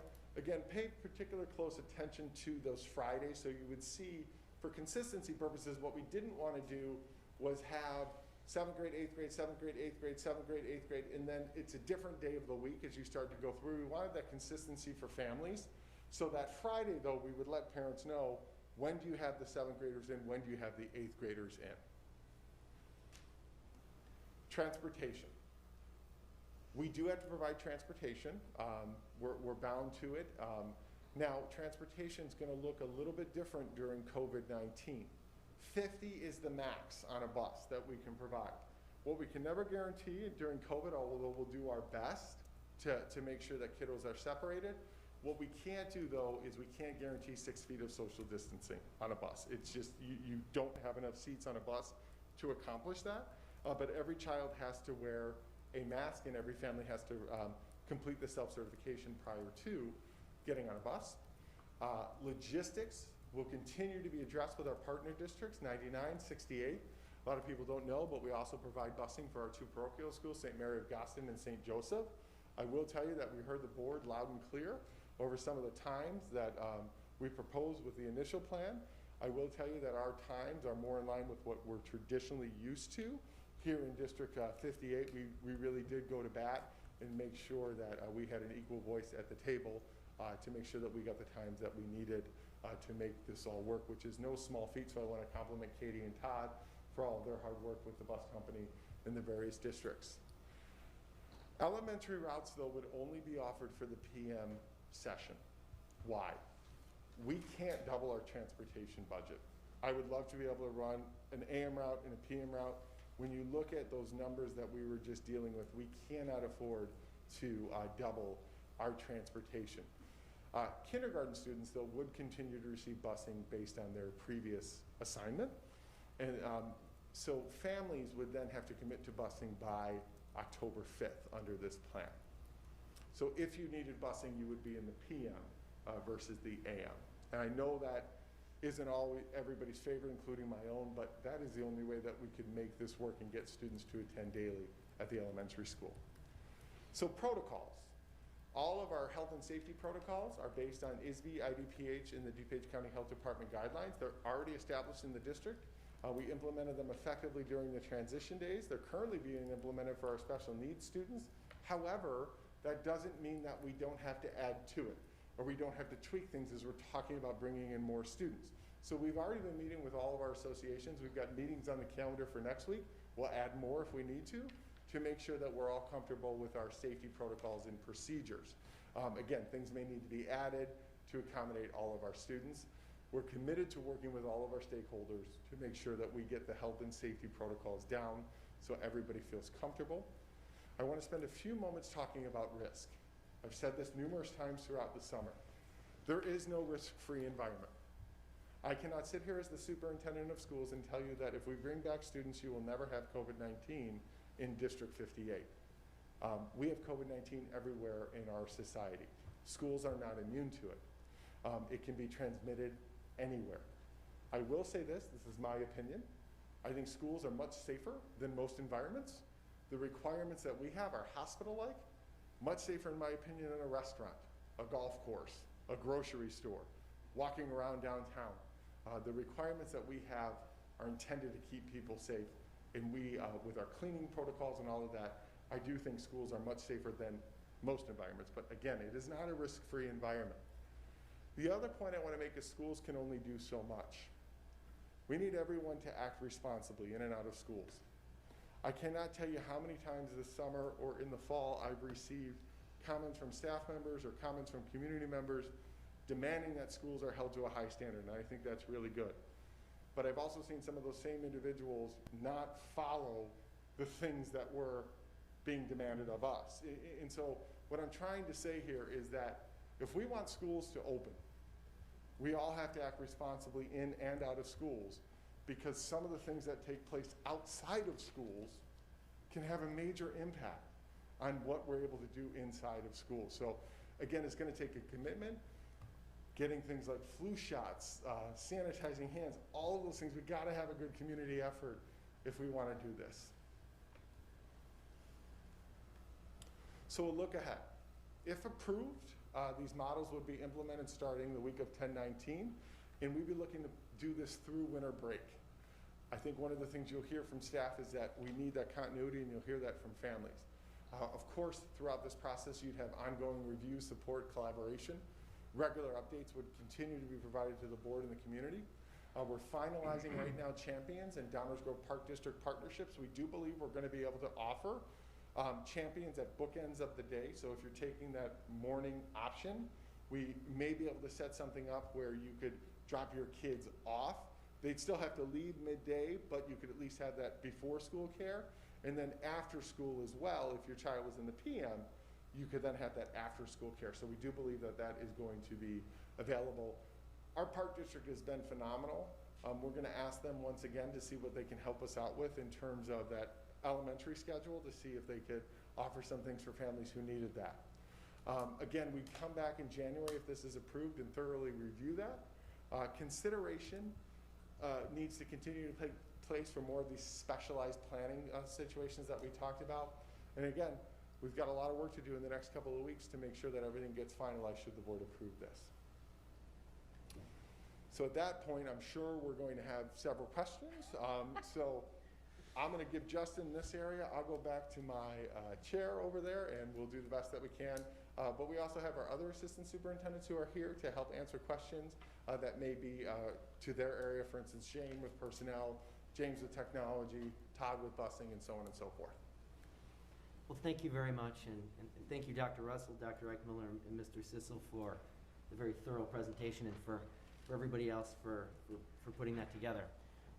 Real quick, I just kind of want to kick off with saying a couple things, and one of them is I've been reached out to by more teachers over the last week or so than I have my entire time on the board, and it's been really nice to hear from them and sort of get sort of a direct feed. And so some of them thoroughly were just apologizing to me over and over again for reaching out to me about it. But I just want to say how much it was appreciated and how much I enjoyed speaking with all of them, because I think a good half of them I didn't know at all. And I did want to take a minute and say, I know one of the questions I got back in July and August was why I was so adamant for some of the plans that we were going through. And part of that is I was very concerned about this systemic shift that we're now talking about now and having to make a change. And so I think the question that I have is, and I know that we're trying to get ourselves locked in here, at least through winter break, but should there need to be a change to move in either direction, a positive direction where we could get more hours of time, or we have to go back into remote, do we feel like the proposal here today that we're looking at gives us that flexibility to at least take, obviously, lesson models and stuff will have to change because the day layout is gonna look different, but do we feel that we would be able to avoid as large of a systemic shift locking in once we go through this process here today? Go ahead, Justin. Sure. From a middle school perspective, I think that there is certainly room to build. If, you know, again, we're looking at the number of hours on site right now, not including lunch. So I think we've talked in the past about any additional hours on site would require building in a lunch structure. But in terms of keeping, you know, and again, it will depend on what the guidance ultimately says at that point in time, but we could certainly expand the length of class periods, make one, you know, put a lunch within there and keep that cohort structure together without changing teachers. Again, it's not an overnight switch, but in terms of that structure, it certainly could be maintained. At the elementary level, with that AM/PM model, it does not lend itself as easily to increasing time on site because, you know, unless we were in a situation where cleaning between things was no longer necessary and we could shorten that window in between or things of that nature, it isn't necessarily as easy to lengthen the on-site time in that current model. So truthfully, the elementary model would present a bit of a challenge if we were to look to increase some of those things. But again, when we would do that increase, it would be dependent on guidance that allowed us to move toward even further time on site. The other benefit of these programs is in the event we had to switch to remote, and we can get into, you know, about what that would look like, they both lend themselves extremely well to shifting into a remote setting relatively easily and then shifting back to an in-person setting. Now, please know I'm not advocating for doing that frequently. If we were to do something like that, it would have to be very thoughtful, very deliberate, and you'd be talking about weeks at a time should that happen. But both of these models do allow you to switch to that very easily. In terms of the elementary model, you know, that was one of the big discussions that we had. Do we have the ability to add on to this model? And you know, one of the trade-offs is if you go the alternating day route, you can always add to it. The problem with that one at the elementary level in particular is it doesn't have the students there every single day. And so that is something that we'd have to take a look at. Now, in terms of cleaning efficiency and those things, we could get better at those things. And you know, we can continue to revisit that to see if there's any way to stretch more time. I don't think we're in that position right now, especially with the amount of plan time that our teachers need, but we have also developed models for, you know, what we recommended over the summer that we could take a look at should we want to pivot to more, and those models are still available to us in that modified on-site plan. So there are things that are built that could be, you know, redeployed should we want to go in that direction. So do agree with Justin, the elementary is much more challenging. Nothing's impossible though, depending on where we're at. I just think before we made any big changes like that, we'd have to be very, very deliberate and really plan that out. So the conversations I was having with staff was 100% in support of an AB AM PM split, and the other piece was, but the other part I was hearing was from a lot of them was in advocating for actually more time on site, and the idea of, hey, why can't we do that 4-hour, 1-hour split that we had talked about before. And I know people are pointing to Center Cat, and I wish we could be in that same situation as well. I guess the question I have is, would this allow for that? Say we go up a tier in the DuPage County Health Department stats. Would we be able to combine those afternoon and morning kids then once we get to that level into one group that would allow us to expand that? Or is that group size still going to be too large for us to put into a classroom together? It really is site dependent in how many kids you are going to get in that remote model. So one of the things that we'd be able to better assess that particular question is once we determine how many kids will be on site versus how many kids would be off site. Because that's going to determine how big your classes are and then how much space you have to really achieve that social distancing. That's a challenge that we'd have to take a look at once we get those numbers, but we'll have better sense of where everybody's at once we do get those numbers. Justin, I don't know if you wanted to add anything. I was going to say about exactly what you just said. Yeah, any of these models can be built upon.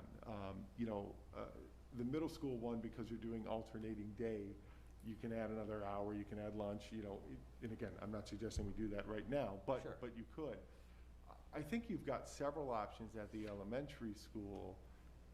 Should we get to that position, though? I think it's much easier to talk about that once we know what our final numbers are, and we can build that. But that would, require a change in how we're allocating staff and those types of things, which again is not impossible. We've done that this summer. So again, I think what we need to do is let's see where those numbers fall out. But certainly, I think anything can be built upon. Yeah, I think a message that I heard loud and clear was that everybody is prepared to work harder this year. Mhm. I mean, I think everybody sitting in this room here today I am at my day job, I am in my role on the board. It is clear to me in the level of work that's happening in the remote learning classrooms that a tremendous amount of work is going into this. And I think that what I want to make sure is that we're reassuring when we split at the grade school level, because that model's a little bit, because of that model, that we have a good solid plan for how we run that off-site process, because the asynchronous content has been pretty strong. And then the other aspect of it has been the flow that we have through the day, where we're on for half an hour, then off for 20, then back for 25, then off for 40. That whole thing has allowed people an opportunity to kind of share, kind of guide the students along in that process.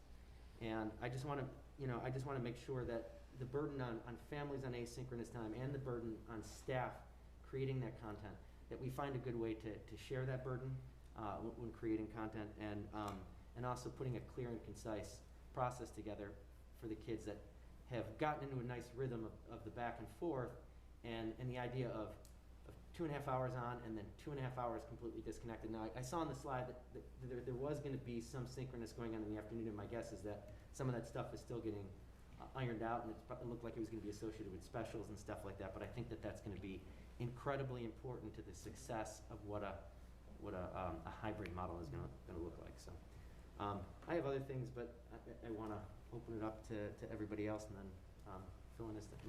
I want to, that was the number one thing on my list, actually, what you brought up, was how to share the burden, or, because the teachers,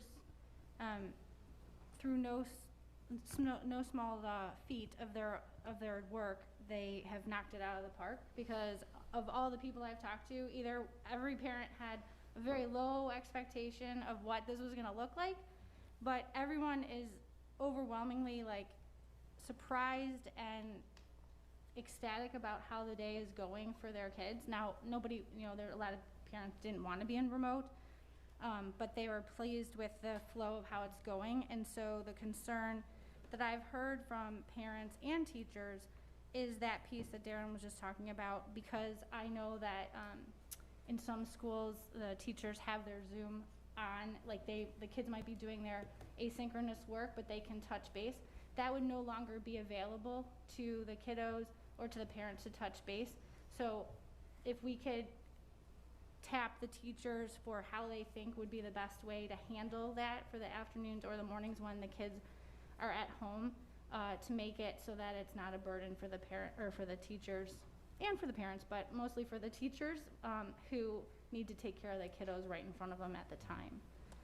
Yeah, so that really is precisely one of the conversations that will happen in the coming days. Just as we did with synchronous and asynchronous minutes, we will set out a district plan and get teacher feedback on it in terms of how we will prioritize on-site minutes, what we'll spend there, and then how we will focus those off-site minutes.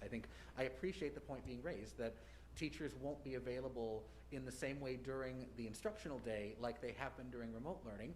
They'll be available the way they were back when we were all on site, which is outside of the times that students are in front of them. Because when students are in front of a teacher, we would expect them to be focusing on those students that are in front of them. And so that's exactly right. We will need to think of ways to reconceptualize the asynchronous time. Obviously, yes, there's an opportunity for potentially some synchronous remote specials and some other things like that, but there will be a piece of it that will be, as Kevin mentioned earlier, a little more on the independent or on the extension activities. And I think, Darren, to your point of that back and forth, I see you in the morning today, you go home and you know exactly what you're working on because I've been able to preview some of that for you, or I see you in the afternoon and I preview tomorrow morning's work for you until I see you again. Some of that asynchronous work may look a lot more like what asynchronous work looked like pre-COVID, where the feedback, rather than coming through a seesaw assignment, is coming in tomorrow morning when we talk about it together when we're back together in person. And so I think those are the ways we'll look at it. Obviously, we don't get to 5 hours just with what I've said, so we will have to look at how we can structure content delivery and how we can provide support structures and maybe centralize the development of some of those pieces so that the content continues to be of the quality and the experience that we're looking for and we have seen. But as you said, the burden of creating all of that and being responsible for the delivery of all of that simultaneously is manageable for all of our staff. Okay. Yeah, and I think to piggyback off that, when you're talking about focusing on those major content areas when the kids are in, that will help with a number of those questions, right? Because so many of those questions are centered around math or ELA, and so being able to have that daily contact with your teacher, I think is twofold. It's going to reduce those online questions because kids are actually there with their teachers. I also think, and this is what I wish more people, they could see the behind the scenes. Just answering a question when you're teaching remotely, the amount of time it takes our staff to be able to do that, where if the kids were in front of you, you could talk to 6 of them in 30 seconds as you're going through and checking that, but now you have to type out a response on Seesaw, or you have to call a parent and you have to do that. So, in-person greatly reduces a lot of that because you've got the ability to communicate to people right in front of you. Efficiency, okay. I have a list of so do you want me to just spew them? Okay. So if I'm a working parent at home right now and I hear the AM PM model, I know that you had a slide here about champions and partnerships with the park district. At what point is there a deadline that you're thinking that you're going to be able to make those agreements with those providers, and when we would be able to get that information to families? Because I'm not a working parent that has to deal with that, but I'm just wondering if that will actually play a role in their decision for which they pick. It may or may not, but I'm just wondering if you have if you've set a timeline for yourself or as a district when we're going to get that information to the families. So we're hoping champions will be solidified within a matter of days. They're pretty close to being able to do that. We need to double check and certify that we do have the available gym space in all of our schools to be able to do that at those particular locations. So I'm expecting that within a matter of days. The park district may require a little bit more pivot time in terms of designing a program if they're able to do so. The reason is they just designed a program and now they have to go back to the drawing board. So our hope is within a week we'll have information, or those providers will be able to send information out to our families. Thank you. There was a shift in the fact that other districts were also not utilizing a bus monitor. So we're kind of shifting that check down the line. So it would be happening, am I to understand, it would be happening at the building level, like once they arrive, before they actually enter the building, but the same processes will be in place. It just won't happen on the bus at the bus stop. It'll happen before going in the building. That's correct. In order to enter the building, you would have to demonstrate that you've completed the self-certification form. If you hadn't, then staff will take you through the symptom check and the temperature check. We will also, whether you've completed the self-certification form, unless the safety group recommends otherwise, be taking temperatures as well. Over the weekend, because I was at a lot of sporting events, there was talk about math. And I know this is going down a rabbit hole that you don't have because until we have commitment, like so many things, chicken, egg, all that stuff, you won't be able to know. But that is something that is top of mind for a lot of parents in terms of math, if their kiddo was doing the next level of math, and how you're going to handle that, and when they would know that information.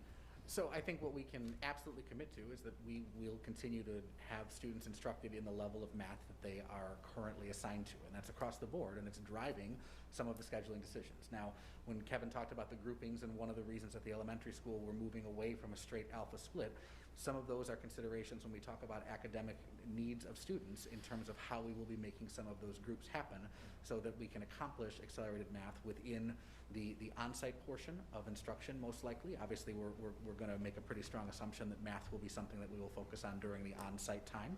And there are a number of plans that we actually were working through in the modified on-site model back in August that now, with less students and the ability to use some of those math criteria as part of our making groups, will help us to be even more successful, I believe, in delivering that on-site math acceleration.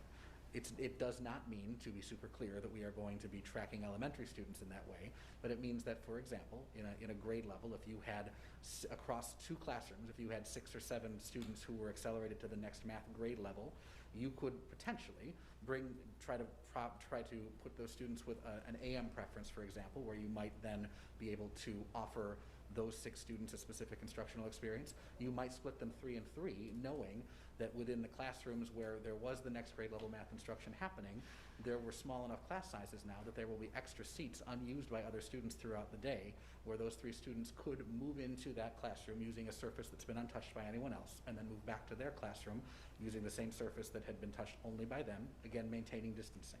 These are a couple of examples of the ways we're beginning to start to work through it. Obviously, the guidance tells us to minimize movement, so that would be one very specific, very instructionally purposeful movement for a small group of students, still adhering to all of the 6-foot distancing, making sure that there are no surfaces being shared without proper cleaning. Okay, and then my last big one is as a parent of a middle school kid, a 7th grader, I had a lot of calls over the weekend and today from parents that in anticipation of tonight, and even though we've talked about back in September, the September 14th, and even in August about potential, like if we were to go back, there would potentially be changes and stuff. Can you flesh out exactly the rationale, or not the rationale, but the reasons we cannot do passing periods, and that we're going to have to cohort the kids, unlike other districts, because again, a lot of people say, well, this district's doing it, and this district's doing it, and this district's doing it, and every district is different. Could you just, so that people at home can understand why we arrived at the situation we are in, and why we have to do it this way? So I'm going to read straight from the moderate community transmission, and here's exactly what the guidance says. Some to no mixing of groups of students and teachers throughout/across the school day. Some students participate in virtual and some participate in person, and then again, that's some to no mixing of groups. When we asked the health department, what does that mean? They said you need to cohort your students during this particular time. Even when you look at District 99, which is a high school, what they're proposing is 1 passing period, that's it. They're only proposing 1 when kids are on site. That looks much, much different. What Justin just shared with you is there could be a time during the day where kids, because of their math placement, would have to go to their math class. So I've been getting emails all day long too about how can you ability group kids, and we hadn't even had a chance to present what we were talking about, but yet people had drawn the conclusions. And so what we're saying here is we have to cohort kids to reduce the likely spread of the coronavirus. And we're following exactly what the health department is telling us to do in that particular situation. So that's really the rationale behind that. It's health and safety. And this is where it does get complicated because, again, as Justin talked about in his portion of the presentation, a lot of the decisions that we're making, we would never make in a regular school year. It's not that we haven't thought of these things, and it's not that it hasn't caused us stress or gray hairs. It's how do we prioritize health and safety, number 1, and then in-person instruction, number 2, and then minimizing disruptions, number 3. That's the batting order here that we're going off of. And look, I do understand that some people are going to respectfully disagree on that particular order of how we're lining that up. What I've committed to as the superintendent is really going back and saying, what is the guidance telling us? When I'm unclear, I ask the health department for clarification. I then talk to districts. But can I guarantee you that every district is following this as stringent as we are? No, in fact, some aren't.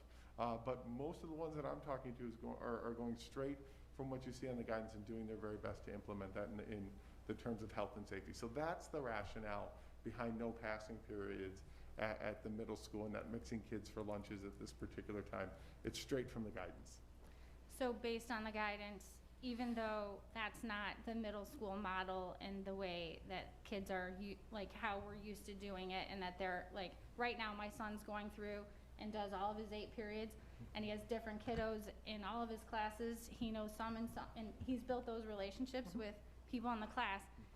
That's obviously gonna have to change now, so Yeah, the point is to get them in the building, so that's just something that as a for me personally as a mom, that I would have to, like, just understand that that's just, it Yeah. is what it is. And Tracy, I get where you're coming from. I have two. It's I very have- difficult. look, I have 2 middle school daughters, and one of the things that in our house we always talk about is the middle school is so much different. It's not like the elementary school. And please, I'm not saying anything bad about the elementary experience, but part of that middle school experience is building relationships with multiple teachers, meeting new friends, developing new circles of friends, and all of that.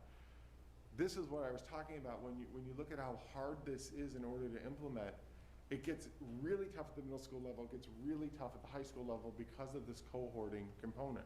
And so yes, in order to have in-person instruction during this pandemic, you have to be more elementary-like than middle school or high school-like. Middle schools can't operate during this pandemic in a monitored transmission the same that we've always done it because of that. And that is a sacrifice, and I understand that.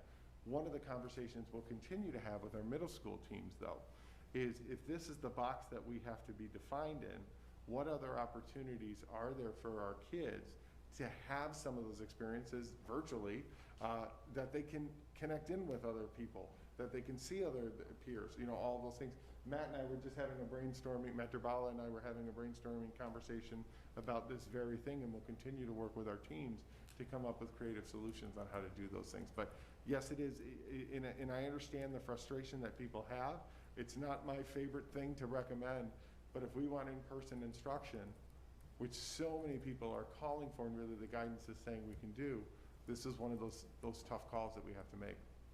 Okay, and it could be something like because we have all these, with every board meeting, there's a line item, so we can be, like, that's the whole point of having this on the board agenda every month, so that we can be assessing and having you come back to us and say, okay, we did it this way, and this is working or this is not working. Because the middle school, unfortunately, like, we talk a lot about the elementary school, but the middle school is a completely different animal, and there's lots of students in the middle school model as well. So I just want to make sure that we got that information out. And again, going back to the recommendation, we're committed to providing the board with monthly updates. We're committed to keeping the standing agenda item. I think the one thing that we also have to recognize is I don't anticipate that the guidance is going to stay stagnant and remain where it's at.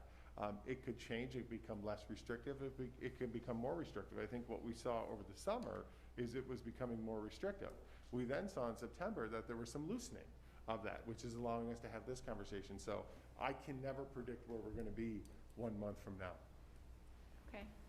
But it sounded like you're open to that movement for math. That sounds like it's a relatively low risk when you're talking about moving a small group of kids. And I think may hold a tremendous amount of benefit. Is that what I'm hearing? I think we want to be careful to get those final confirmations and look at the actual scheduling before we talk about Sure. where any scheduling would exist. I think we've all been cautious to overpromise because we want to be sure that we're very clear about what we are and aren't able to do when we know those details. But I will agree that what we talked about was the idea of certain specific instructionally purposeful movement will likely be a part of some of these plans. Will it be true for all students? I'm not entirely sure. But I think the other thing we want to recognize in the middle school model is that we are maintaining the instructional model in terms of highly qualified teachers who are endorsed in specialty areas and ensuring that those pieces are remaining consistent for our children. I mean, I'll add that I have a 7th grader at O'Neill, and so this will affect our household as well. And it's a decision that we're all weighing as parents and as educators. And I think that we just need to keep in mind that the benefits of being on site and the fact that we do have courses at the middle school that have changed every 8 weeks since the dawn of time. And they're the exploratory classes. It's not every class, but that's a great example of teachers being able to build and maintain classroom communities and relationships in a relatively short period of time. And that is another place where we can look to an example where things have been successful like that. And this is what makes this process so very hard, and I recognize it. There are so many good competing interests, right? No one is against kids making as many connections as possible at the middle school level. In fact, it's something that we promote. Most people want their kids back in school. Most people don't want teachers to have to teach to a camera and kids in class. And so as you start to check some of these boxes off, they do start to eliminate some of the other boxes here. And that's what's so very hard about planning for a pandemic and why there's so many feelings around this whole thing, because we can't have it all during this. It is what is so very challenging, because you have to make some of these very tough decisions, whether it's because of health and safety or whether it's because of the continuity of instruction. It makes it very challenging. I have a question, coming back to the kind of what it will look like with the asynchronous on-site synchronous on-site versus asynchronous off-site instruction in the K through 6 AM PM model. Just to help parents in potentially having to make a decision, should we move forward with this as a board in deciding what they would like to choose for their own children with, on-site versus remote options. For the on-site portion of the day, it's going to be focused primarily on English language arts, math, and social emotional, it sounds like, when they're in school with their teacher face-to-face in person. And then off-site, asynchronously, is going to be more focused on specials and social studies, science, things like that. Is that correct?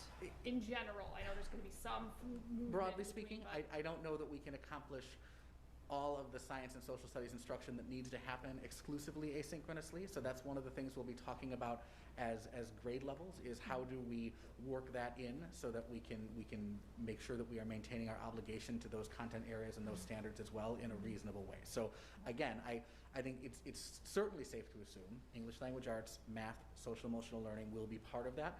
I don't think that we will exclude entirely science and social studies. I think that's where we'll have to make some decisions in terms of how that all fits together. Okay. And then in terms of the asynchronous off-site portion of the day, will that look,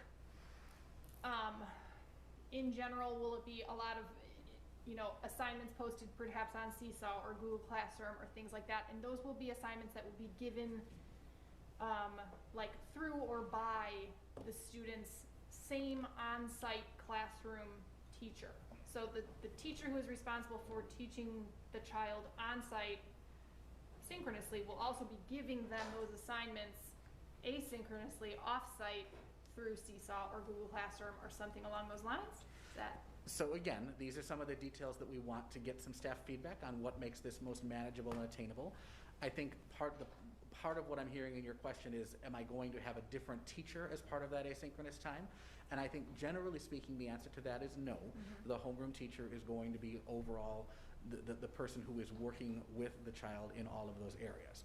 Will the asynchronous content be specifically developed by that individual classroom teacher, or will that be something that is more developed centrally as a district and shared out? Those are the conversations we'll be continuing to have. Because again, that goes back to the capacity of any one teacher to maintain all of that. Of course. Will the assignments typically be accessed through Seesaw or Google Classroom or something along those lines? Or perhaps a paper, obviously the students have science and social studies, student workbooks and things like that. Is that typically, as you're envisioning, I guess? I know obviously these are all details that need to be worked out. And that's exactly it. I don't want to answer a question that's going to paint us into a planning box that we haven't yet had a chance to have some of those specific conversations. Sure. My generic answer is any of that is possible. Right. But I think I would also tie back to the idea that we now have the ability to, like you alluded to at the end, we also have the ability to hand a student something on their way to their asynchronous or their offsite time. And so that's where I think that asynchronous delivery is going to evolve a little bit, where we've been completely reliant on Seesaw and Google Classroom. That has its advantages, to be sure. These are tools we were using before the pandemic. But in terms of teacher feedback and back and forth, it also has its limitations if we now have teachers completing an entire instructional day with students on site. So I think all of that could be components of it as we go through. I think the details of what that asynchronous time is going to look like is something that I do want to make sure we have a chance to work through with teachers so that we are all on the same page. Okay. And then if a family were to choose the remote option, can you, and again, I know this is not all worked out in the details and we need a lot of teacher input and feedback, and I think that is extremely invaluable. But can you talk just a little bit about what, in the preliminary conversations, early conversations, what you're envisioning, it sounds as though what was the online academy is not necessarily going to be what the remote option is going to currently look like moving forward. Can you talk to us a little bit, give a little bit more detail and specifics for parents who are weighing out these options in terms of what that remote option will look like, perhaps compared to what the online academy was going to be, or perhaps compared to what remote learning is currently looking like right now? So what I would say is that our intent right now is that if a family were to choose the fully remote option, the portion of their day that would have been asynchronous when they were on site will be basically identical in many ways. That the portions of instruction that will be asynchronous for families choosing the hybrid model would also, or I should say would be off-site for the families choosing the hybrid model, will also be delivered off-site for the families who are choosing the remote model, obviously. So then, what that leaves us with is trying to mirror the on-site instruction that is happening delivered remotely by a District 58 staff member. So that's about as specific as I can get to it right now, because again, when we get to platforms and and we started, Kevin mentioned the example, the potential of partnering some schools up based on the size, but that is more of the model now, so that rather than being entirely, again, it would still be potentially that A group or B group in some way. Your group would simply be a fully remote group, and we'd be delivering instruction in a similar way using District 58 content, curriculum materials, and certified staff. Okay. Thank you.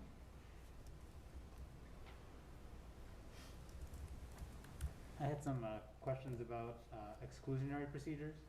Can you just speak a little bit more to how,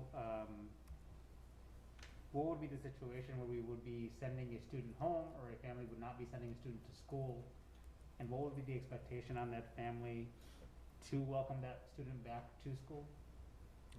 So, in general terms, and Jane, feel free to jump in if I misspeak, or Jessica as well. I think Jessica's back there.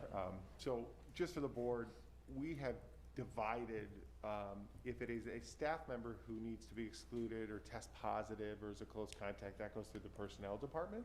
If it is a student who's experiencing symptoms or needs to be excluded, that goes through the special services department. And so that's how we're delineating those responsibilities as a school district. But in general terms, if a student is notified that they are a close contact, or if they are experiencing a symptom, there are different requirements that they would have to abide by to return to school.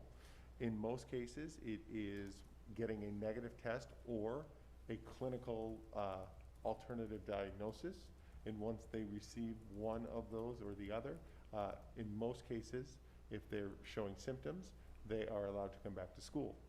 If they have been a close contact of someone who is positive, they have to wait out the 14 days, as you cannot test out of that, because you could develop symptoms anytime during those 14 days. This is really one of the other reasons why we wanted a remote option that was attached to what's going on in the classrooms versus an academy, because it does allow a student the ability to join the remote group, so they're not sitting there for 14 days with a packet or feeling very disconnected. In terms of availability of health services, what we have seen from our own experiences with students and staff, and what we've seen from some of our partner districts, is that in general terms, it's about a 1 to 3 day process where you have to go to the doctor or you get a test. Not in all cases though, and that's really where we are combining our forces with the county to get people access if they don't have insurance to be able to then go to an alternative testing site. We also have a COVID-19 relief fund from our Education Foundation to help people with resources, but in general terms, that's where we would guide people toward the county if they're not able to come back. So I don't know if I answered your question specifically, but I think that's the requirement on families. that's helpful, and I'm one of the lucky families that didn't have to go through a COVID test for any of my family members, and so just understanding that if we do roll this out, what is the actual process? Like, do I call my Yeah. kid's doctor, and then the doctor says, come on in, or I can diagnose you over the phone? Like, what should families expect? And Right. maybe I can Member feel- Hannes can I can share. feel this one. I've had several tests over the past Thank you, couple Emily. weeks. And again, this, what I have found, honestly, though, is that it is sort of specific to your doctor, your insurance, and things like that. From my experience, I did it 2 different ways with my 2 children who had to be tested in the past couple weeks. One, I called my pediatrician first. We did like an online video visit. They ordered a test, and I did it very easily, very quickly in a drive-through testing procedure at one of the local offices. And that result, I think I got in 2.5 days, approximately. With my other child who had to be tested, I was hoping for a quicker result because this is one of my kiddos who is in a special program and is on site, and I didn't want him to miss. I was trying to eliminate. I was fairly confident he was going to test negative, and so I wanted him to miss as little of his on-site education as possible. So I wanted that result faster. So I went to more of an urgent care. I skipped the doctor step, and I went straight to an urgent care and got the test, and we got that test that result in 1 day. But I've also heard, I just received an email today from a parent who was just sharing information that they have insurance. They called their pediatrician, and because their children were asymptomatic, they couldn't get a test. So I think that is a little bit of a concern for some families who, depending on that insurance, they might have a little bit more trouble. Even though they have insurance, their doctor, their pediatrician's office will not provide a test for asymptomatic people. So if we have someone who's considered a close contact and they have to have that negative test result, there is a potential that people will have trouble getting a test if they are asymptomatic. And that's one of the things to follow up with and I don't know if we can do this or if someone can do this or if that's gonna be something we volunteer for, but to have, I mean, that's all fine and good that the county has, but just even here in Downers Grove, this is where our families live, just even where you can go in Downers Grove. I didn't know CVS was doing it, but again, the one CVS had a shorter turnaround than another one, and so it's varied, and I think it's still frustrating, and so if this is gonna be part of it, having something that at least can provide families a little less stress by at least having something to start with, to work off of, because maybe you can go to CVS and use your insurance, and maybe that is faster than going into your primary care, Right. but then, or it's recommended that we all check with our primary care physician and see what that would be. But if there's something that we could post and have available for Downers Grove specific areas that are holding, I know that the time, we could say it's a 48-hour turnaround. I don't think we'd want to put that down because that can change on a day, but just to help with the level of stress and anxiety that a family would have with the idea that they have to get their child tested if they have not, even if they have had once, your anxiety is still there, but having something for them to not have to be like, where do I go, what do I do? I can look on a list and see, okay, the CVS in Target or the whatever, I don't know who goes with what anymore, but just to have a resource list, and then if they don't have insurance, where they could go, and that would be the county actual, again, I've worked in crisis intervention. Not having those numbers right by you are gonna make your anxiety increase, and you possibly do things that you normally wouldn't do. And just even having a list to work off of, I think would be very helpful, that we could provide our families. So a couple points to piggyback off of that. absolutely, when a family has a child who's in this situation, our nurses will work with them and they will assist them in the right direction. Developing a more comprehensive list in conjunction with our county health department is something that we can certainly do to provide our families even more comfort. Because you're right, Jill, when someone goes through this, and I think that's why you're asking this question too, how can we be as supportive as possible to that family? And so we do have some positive trends that are taking place in terms of testing, and people do have access, but you also hear those other stories that Emily was referring to, and so I think that's your suggestion, Jill, too, and we could certainly beef that up from our perspective as well, because our goal is to, again, maximize that in-person instruction for students. But that's also why we feel very passionate about, now that we've had a couple of months to digest this, about really trying to make sure that remote option is strong and is available. So again, you don't have a kiddo who's caught in between here. Again, our preference is to get them back in school as soon as possible, but also what is that other option that we have available? Where the online academy didn't necessarily gel well with that because they may have been over here and the in-person's over here. But no, Jessica and I can certainly work on those resource lists. That's the one thing that I would always give kudos to our special services department, is the lists that they have and the connections in the community. And I would also tell you that just looking at the food example, our community always steps up and helps, and I have no doubt that they will do that as well. Thanks for that. Thanks for that info. I have another kind of more health and safety related question as well. In terms of the self-certification procedure, I know originally when we were speaking more of the modified on-site plan, we were talking about potentially like paper certificate type of things. And I know obviously having a child who is on-site currently in a special program, it is what they are using is more of a Google form that you fill out online every morning. What is the plan in terms of the self-certification moving forward? Should we move to this hybrid? Yeah, so we have 3 options that are available, and we're going to be going over all 3 of those options with our safety committee as we meet next week. We've had a lot of success with the Google form, not only with staff, but also with our specialized families. We're also reviewing some applications that anybody could have available on their cell phone, and so those are some things that we're running through. The issue that we're running in with the paper is not that it's a bad system. In fact, sometimes it's easier because all you have to do is hold something up.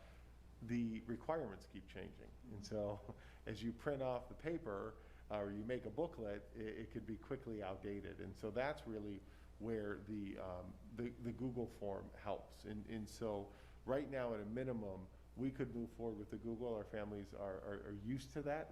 We did that during the transition days with success. We also have the paper option available to us, but we're looking at those applications. And so right now, Emily, it's in that order, but we are reviewing that, and we would have a finalization of that by the end of next week, because those are 2 things that we're really looking at closely with the safety committee. But at a minimum right now, if you were to ask me, well, you're starting tomorrow, what are you going to use? We would use that Google form for our families. Okay. And I know one thing that I was concerned about with previous plans in terms of self-certification was if someone comes without their certification filled out, we were going to be relying on like a kind of a student self-certification conversation, and that concerns me.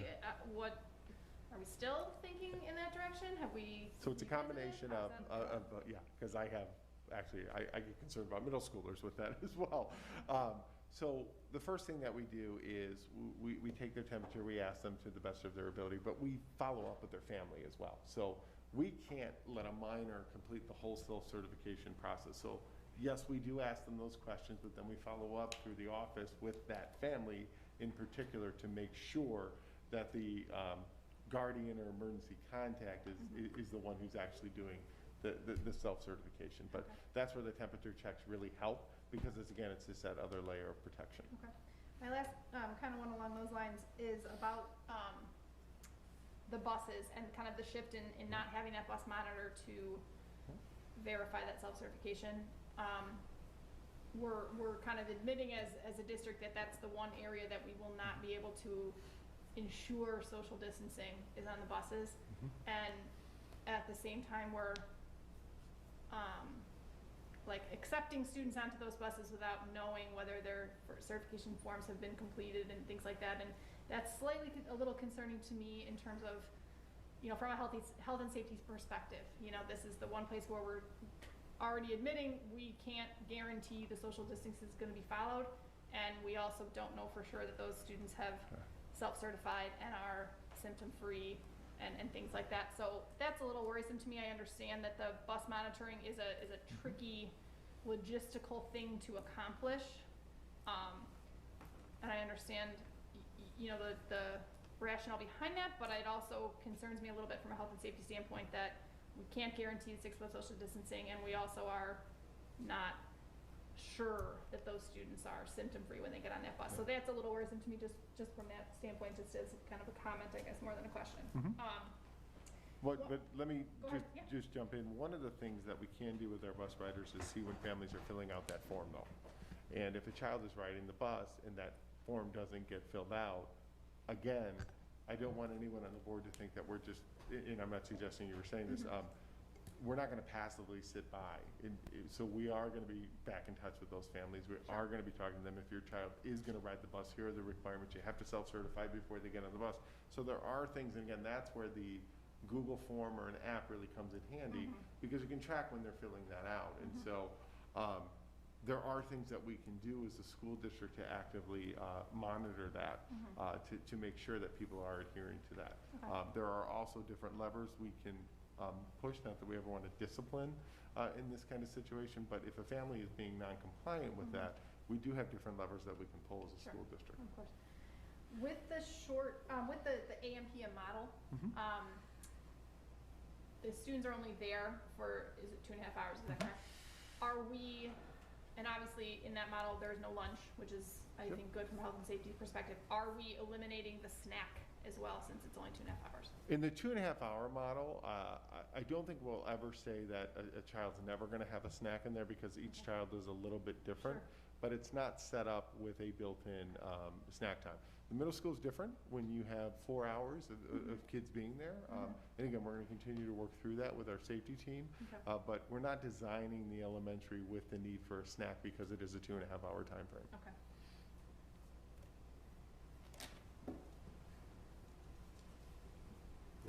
I have some others, but we'll get back to. Okay, I'll jump in. So I'm looking at this slide. It has to do with feedback from the staff, and I guess just the one thing I'm curious about, the one thing I wanted to see in there but I didn't see, was, I guess it's just thinking about something specifically, but I'm sure there's other things I'm not thinking about currently. To what extent did the staff feel that their own, that some of their professional needs are being met under this model? For example, not having a lunch built into the middle school model. Do they feel confident that their contractual needs are being met in terms of having the appropriate amount of plan time, having the 30 minutes of duty-free lunch? Additionally, another need that I just want to make sure that they feel is being met is their own professional development needs, in terms of being able, not just like formal and informal opportunities to not just to be better prepared as educators in general, but also better prepared to be hybrid educators. So do they, I guess I feel like, do they feel like they're supporting this model to have certain needs met, like some of the ones I was suggesting and others? So I again want to be clear that this feedback was initial, right? The faculty meetings were 30 to 45 minutes, maybe an hour in length in some cases. And so by the time staff had a chance to digest the two models, we were really asking for that higher level feedback of what do you see as benefits of this model? What do you see as systems and support structures that would need to be built in to make sure that this model is successful? That's really how we cultivated the feedback. So I don't know that, I don't want to try to answer that question tonight, because I don't think we have that level of feedback from staff at this point, because to be sure, they haven't seen the details of what that schedule is going to look like. So I appreciate that. I mean, in terms of professional learning, we've got some other venues where we've asked those questions, and certainly there is a balance of, you know, we are feeling like there are some things that are going well and we're getting the support we need. There are some places where we feel like there's never going to be enough time, and we're certainly feeling day to day. I mean, that we had grade level meetings today, and that feedback varies. We need to continue to try to carve out that time, and obviously we know we're not going to be subbing people out of the classrooms right now for additional meetings and things like that. So on the professional learning side, I can tell you the feedback is mixed. In terms of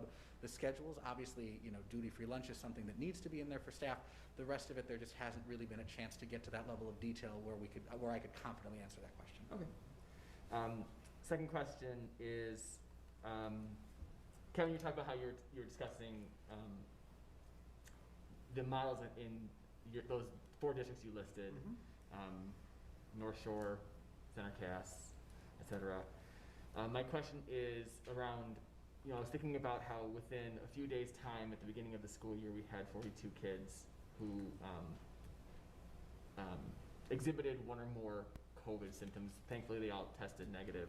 But in those districts that have been on site all along, when students are coming in with a symptom, and they may very well be COVID negative, what is the level of interruption like in the classroom? What is how much does that impact nurses, teachers, administrators? Has it been something that's manageable, or has been something that there's a lot of triaging going on? There's a lot of triaging going on. And again, I can tell you as the superintendent, there are days that I can't get to things, like during those transition days or Jane's office. So there's a lot of triaging, but we are getting better at it as we go through. So for instance, I just talked about how we have clear systems now in our personnel department. We have clear systems with our student services department. Jessica and I just met with one of our coordinators last week, and we're assigning her as the person who is the go-to for all of these questions. And so we're starting to work a lot smarter with this, but make no mistake about it, it requires a lot of communication, a lot of follow-up, talking with individuals. So it's not a small feat, but the more you experience this, the better you get at those things. But it is a layer added on to all of the other things that you do in a school year it's quite complex, and it does add on a lot of time. Again, I'll stand by my statement that I think it's all worth it. So I don't want anybody to interpret this as complaining, because it's one of those things in a unique year that we ask our staff to step up all the time. I'm very proud of our administrative staff for how they've stepped up and continue to step up, and we'll do that to do whatever it takes to get through this. Okay. And then I just want to have one more question. Thankfully, Darren and Tracy asked some of my big ones already, so good efficiency there. Kevin, in terms of your role as superintendent, in my opinion, one of the biggest parts of your job is that accountability piece. Tell me how, upon implementing this plan, how are you going to gather feedback and make adjustments in terms of making sure we are living within that model of continuous improvement? Yeah, so on so many different levels, but one of the things that we are committed to is going back both formally and informally with our parents and, our families, and then also with our staff. And so formally, obviously one of the easiest things you can do is to send a survey. I think I'll speak for most people in the community. I think we have to be careful with how many surveys we're sending out. One of the comments I read loud and clear on the last one on the survey was, stop sending me surveys, right? And so I get it, I hear you. So I think we have to be careful with that. But one of the other things, if you know, or if you recall the timing now, we have other groups that can help provide feedback. So Superintendent's Community Advisory Council starts. That's a great group for me, and they always give me really, really good, solid feedback. I know many of our associations are here, so we gather feedback from our staff in many ways. One of the things that we do is we meet with the leadership regularly, whether that's in individual meetings or collectively as a whole. We're committed to doing that. But we get a lot of really good feedback from our weekly staff meetings that the principals then come and they have our meetings. And so we do get a lot of stakeholder input. That's one thing that I'm extremely proud of in this district. And not only that we get the input, but that we make that input available for everyone. So we are committed to getting that stakeholder feedback through all of the various avenues. And then you will be updated as a board through our weekly updates, but then also at meetings about where we're at in the superintendent's report. But we're committed to doing that.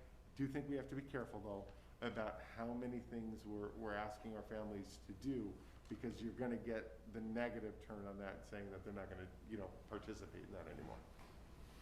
Okay, thank you.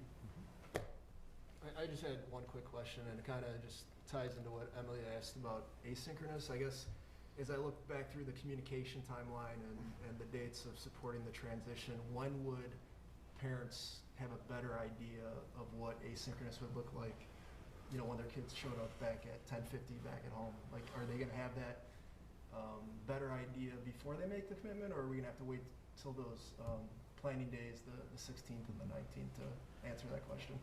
I think it's at best somewhere in between. I don't think we'll be able to commit to the idea that we would have an asynchronous sample schedule available by October 5th. I think there, again, because some of that planning still, it's the catch-22. Some of the planning for how many sections will we have, how will we deliver those specials classes, what will all of that look like. Part of it is those commitments. Part of it is the timing of being able to have some of those conversations with teachers. I mean, right now we're looking at asking teachers to volunteer time well outside of the instructional day to have those conversations over the course of the next week and a half or so. So I think realistically, you know, I would hope that we'd be able to be providing some of that at or around the time of the transition of those planning days, you know, as we have in the past, kind of trying to give families as clear of an advanced picture as we can. But again, I think that we will try to get to, there will be some specific commitments, there will be some of it that will be independent and less requirement on specific times than it is right now in terms of the asynchronous pieces. All right. Well, I definitely appreciate the candid response, but I think we need to push that realistic viewpoint a little bit more to maybe have a more detailed answer than no answer at all ahead of the commitment. Yeah, what I think we're saying is that we have some opportunities. First opportunities we're going to have is an FAQ that we'll send out where we can outline some of those things. Again, though, to Justin's point, we have to be careful that we allow our staff to have input. I think one of the things we hear from our community, we hear from our board, is that make sure you're hearing the voice of our staff, make sure that they have a chance to have that input. Then I think you have different benchmarks with these Friday communications that we talked about. You've got your A&P notification on the 9th. You've got schedules coming out on the 16th, and each one of those is an opportunity to continue to update our community on where we're at and what this is going to look like. But I think we can have some broad things ready in the FAQ. Again, not getting too specific, but giving parents enough. The one thing I would say in terms of making a decision, keep in mind that it's going to look the same for those families that do the remote option as well as the in-person option in terms of how much time is going to be synchronous and how much time is going to be asynchronous, because it's really designed to be the same thing. And so in terms of families who are making their decision, really that time is going to look the same in both models. Okay. Kind of piggybacking a little bit off of that question, in terms of when people will be notified of certain things, more from the teacher standpoint. Is there any thought being given to when teachers might be assigned, perhaps if their assignment is going to change, or they might be assigned to be a remote teacher versus an in-person teacher, et cetera? Is there any, just, you know, kind of piggyback also off of what Greg said about making sure that our teachers are supported and given what they need, time to prepare, those types of things? Have we worked through that timeline a little bit? Yes, definitely. I've actually already reached out to a couple staff member who we preliminarily have identified that we would anticipate for sure we're going to need to shift their position. And then pretty quickly here, really I'll be meeting with each building administrator on October 5th and 6th to go through the staffing, look across district-wide, and then start communications immediately with staff early again on the 5th, 6th, 7th, so that same week. But some of the staff members who we spoke to previously, in anticipation that we might need to pull them, and I'll be going back to those same people first. But then, yeah, we definitely want people to have time to start joining those grade level teams, maybe observing, maybe joining some of the remote lessons, and then be prepared to go right into the planning days to be fully prepared. Thank you. I just have quick two things. One, this isn't, it's more of an ask. When you were talking about the administration, you know, there's priorities now. In the world of disaster, we call it blue sky, gray sky. So right now, everyone's kind of operating in a gray sky. I'm really asking families when we choose to go back, but I also think that it is very important even right now. if you haven't joined your local PTA, your school PTA, I ask you to do so. And if you have, instead of just being, you know, hey, everybody sign up so that that classroom can get a pizza, I think now more than ever, if there's things that teachers or administration within each building could ask for support from their families, as long as it's not anything where they're breaking confidentiality. We have our families, we have parents that can step up and really be that support system for, and really continue what we value in this community, which is our community schools, and really come stand up for our kids and to support the teachers. I know the PTA already does that, but I think there is more that needs to be done. And on a second thing, just because I can say this, we had our curriculum night for O'Neill last Wednesday. I did end up in a wrong classroom. I did end up late. So just Zooming is a real thing. Struggle's real. The struggle is real. I felt like I was in college again. I'm like, I am in the wrong room. But I already told Matt, there was such a level of that first day of school excitement that I hadn't gotten yet. And being just on Zoom calls with the teachers and the staff, and their level of excitement was catchy. It was so amazing to see other parents and families that I have not seen since last spring. And I know that Zoom isn't the best thing, but I just wanted to thank Matt again publicly. And I know that this happened in other schools that held their curriculum nights, but that level of, oh my gosh, it's the first day of school, because at middle school, I was not allowed to be there for my daughter. She did not want to be there.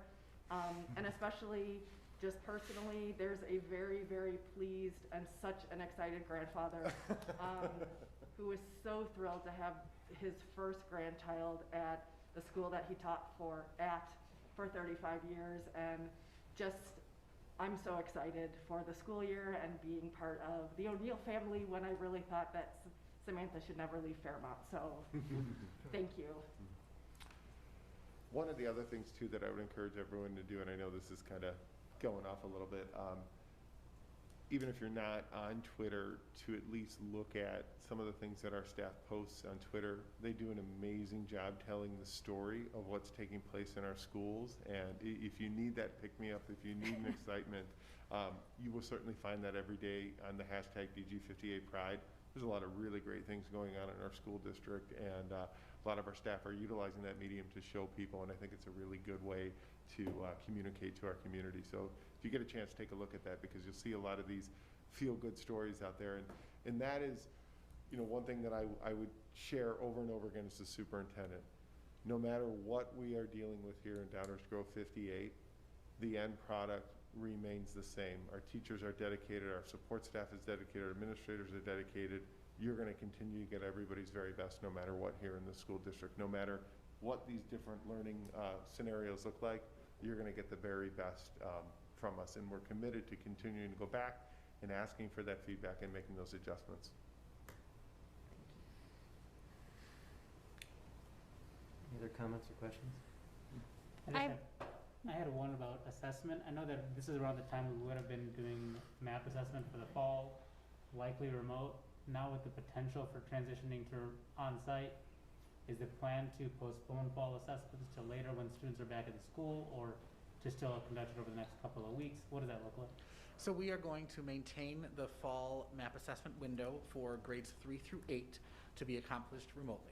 The window technically opened today, and we had, I believe, 6 classrooms across the district, 6 or 7, offer to go first, so we could learn what that experience would be like before we attempted it wholesale. The majority of schools will begin next week or much later this week in terms of moving through that.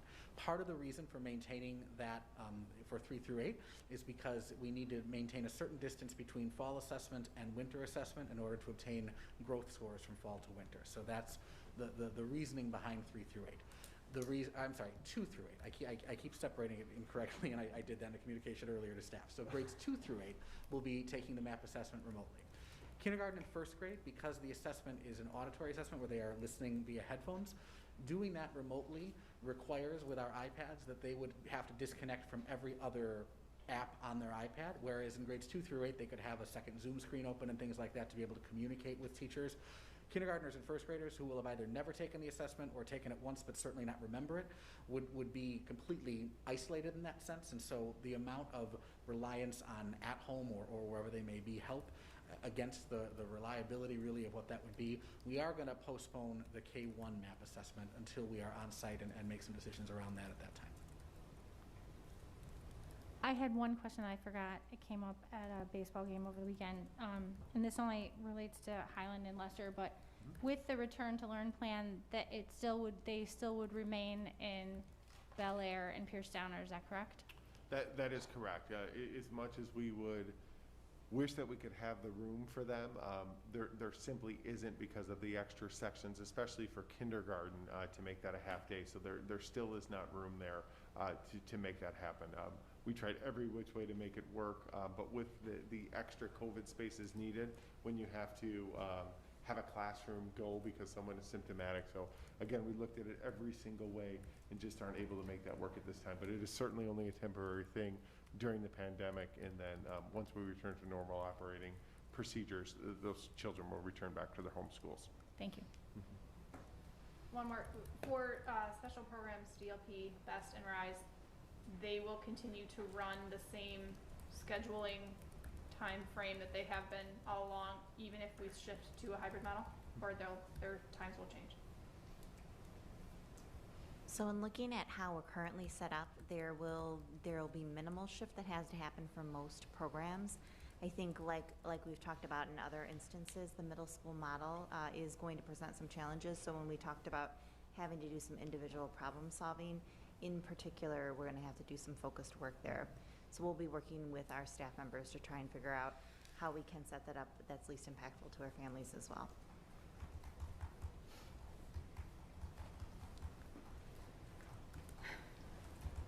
Well, thank you to everybody on the board. And this is why I didn't go through all my questions. Like there's a lot of, we were in sync really well tonight because every other question I had on my sheet did get ticked off. So I thank you for that. I did want to take a moment and say that, again, I said I spoke with a lot of our teaching staff recently, and what I found amazing in speaking with them is how in sync they were with our families in recognizing what our students need, and just hearing them talk about our kids and what it was like communicating with them and the desire to have them in front of them and how impactful those transition days were. It was very meaningful because those transition days I know for me were really great, and several of us talked about those days in the last meeting. So I just want to say we're hearing you, and I know everybody's circumstances are slightly different. None of us are going to be happy with this situation. I guarantee you the conversations that go into my house, like there's going to be just as much disappointment as there is excitement. Everybody in my household is dying to get back as many hours as they can in front of their teacher. And Dr. Russell, you commented about being married to a teacher.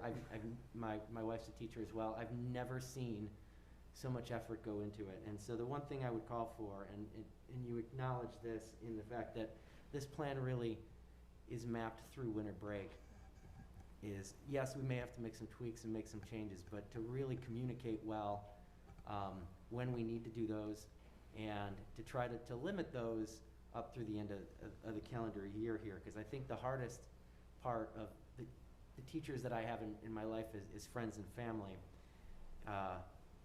is every moment that we have of uncertainty in building a plan for how to teach their kids is, I think, the biggest challenge that we have. So communication is going to be just so huge through this to our staff, to our families, and everybody else. But when I came in to meet with you to put the agenda together, I saw Justin rolling in awfully late at night, wrapping up his day.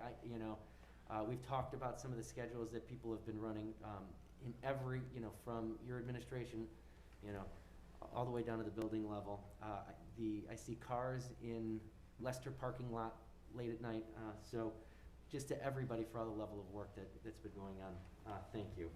Thank you. And that, again, I don't think the public sees that from the Board of Education perspective, but if we were to log our phone minutes on all of our cell phones, I'm sure they would be in the days and weeks now. There's a lot of effort really going on in the school district on all sides, and that's the one thing that I just want to, again, commend all of our staff for their hard work, and then continue to ask that we're not always going to agree on everything, whether it's a board and the superintendent or whether it's the staff, but to continue to dialogue with one another so we can problem solve and continue to move forward. That's what good organizations do in good times and tough times. And if we continue to do that, we'll really walk in the right direction. Thank you. All right, before we go into public comment, is there anyone that needs a 5-minute break? All right, let's take a 5-minute, and then we'll go into public comment.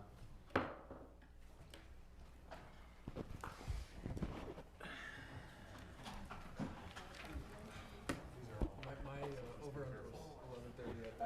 I think we're going past that. I don't think so.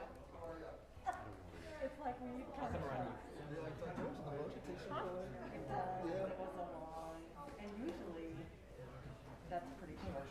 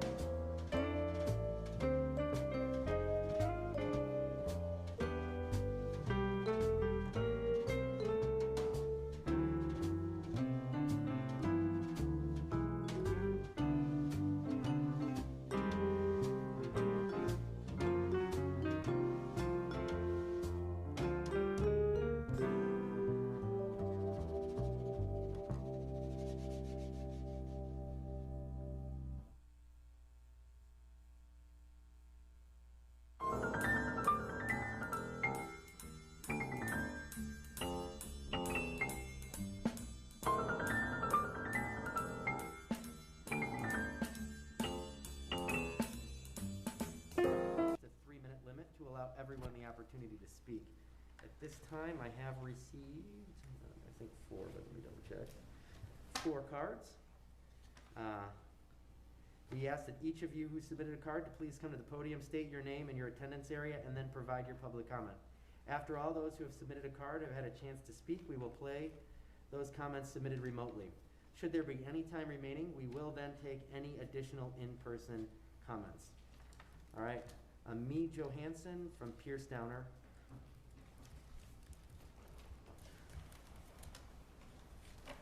Welcome. So I just had 3 things to say. One, I wanted to thank the administration, the teachers, everyone who had put together this remote schedule. It has been truly amazing to see my son, who's in 2nd grade, and my daughter, who's in kindergarten, go through this and learn so much like this. It has been night and day from the spring. I just want to thank you all for all the work I know must have gone into this. The second is kind of a piggyback on that. So as we go and are heading toward in-person, the asynchronous time worries me because you have found a way to make the synchronous time and the asynchronous time and synchronous time work so well right now that I feel like we're gonna head back to spring where we were just left to do things for hours at a time, which sounds okay, but for families who have 2 parents who are working at the same time and trying to manage this while working, it leaves a lot of things not done. And then we're at night and we're at 5 o'clock trying to do these things when we're done with work, and it just adds a lot of stress to us. So I really hope we take the lessons, whatever you have done right now, and take them into the asynchronous time that you're planning for when we're in person, because it really has worked for us who are 2 working parents. And that's the last thing I wanted to talk about. So this in-person model sounds so fabulous to get our kids back to school. I do want everyone to recognize the burden this is placing on parents who are both working. Our entire system of care for our kids is going to have to change dramatically. There are no babysitters anymore. If you have ever tried to hire a babysitter right now, there's no one. So I am here tonight because my in-laws take care of my kids, and they actually have to keep them overnight because they live an hour away. So clearly they're not going to be able to do it when my kids are in person. And so this is asking a lot of working parents to be able to do this. Champions is great, but to do it before or after, that's about an hour of care when you might need like 6 hours of care. So I just want you to think about this as what parents are going to have to do to make this work, and giving us maybe 5 to 10 days to put it all together is a lot. I just would like just to recognize that if you tell us that we're in the PM section, now we have to have morning care, or if we're in the AM section, now we have to have afternoon care. You gave us 10 days to figure this out. There are no babysitters. I have talked to many parents, there's just no one left, because everyone's in this situation. They're all gone. That's basically what I wanted to say tonight. Thank you very much. Angelique Stacy from Lester and Herrick.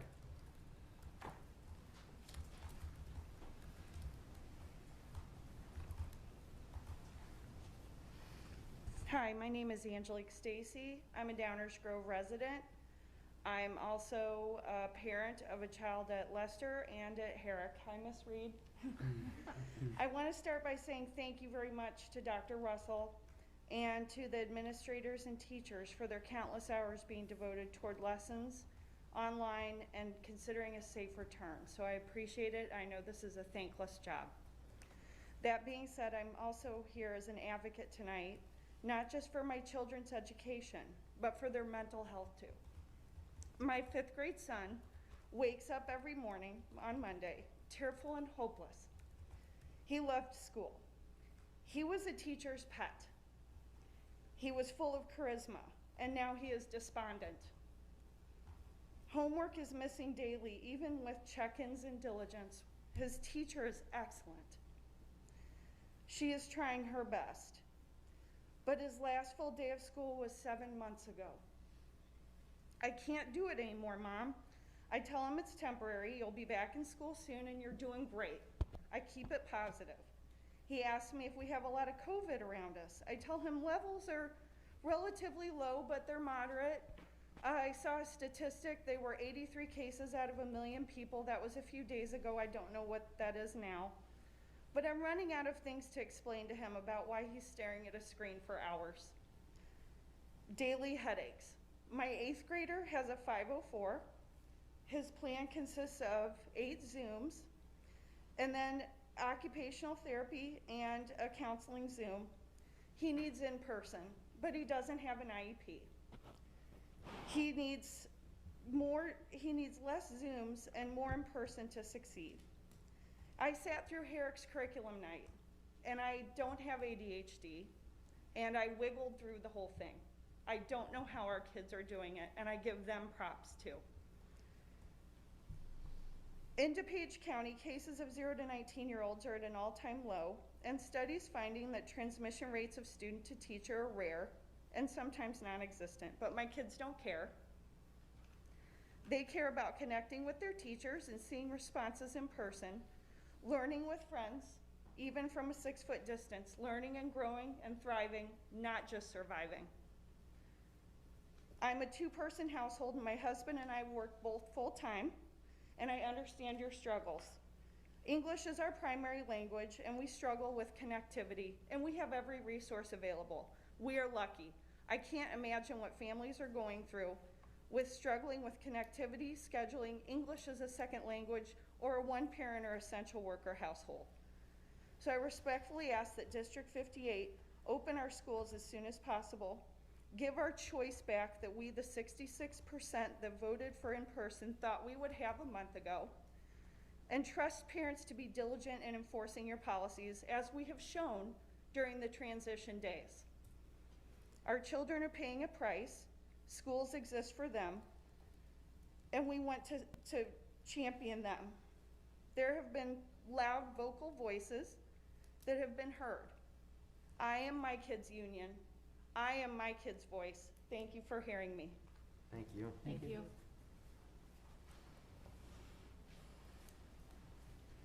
Megan Winthrop, Herrick.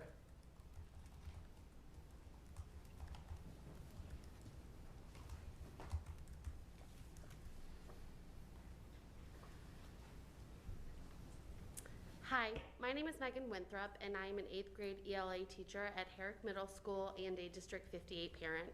I've been teaching there for 17 years, and my passion for teaching has and always will be with the students. I'm here tonight to share a teacher's perspective of how remote learning is going and to ask you to really consider how changing the schedule now may affect our students. Remote learning has been no easy task on students, parents, or teachers, but we've done it.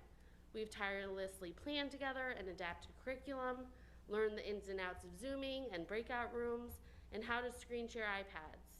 We've come together as departments and as staff to share ideas and help one another out.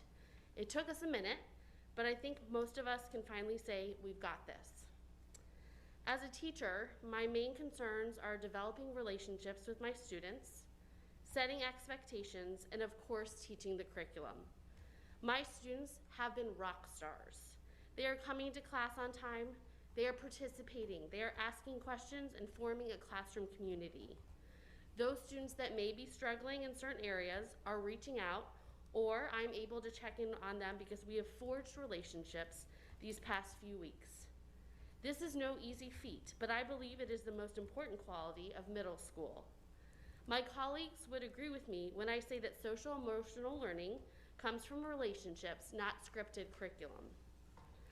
As a school, most of us would say that we are finally able to really dig into our curriculum and teach required skills and standards. We're able to differentiate and meet in small groups. We're able to conference individually with students. If you ask any middle school teacher, we love this age. They are unique learners.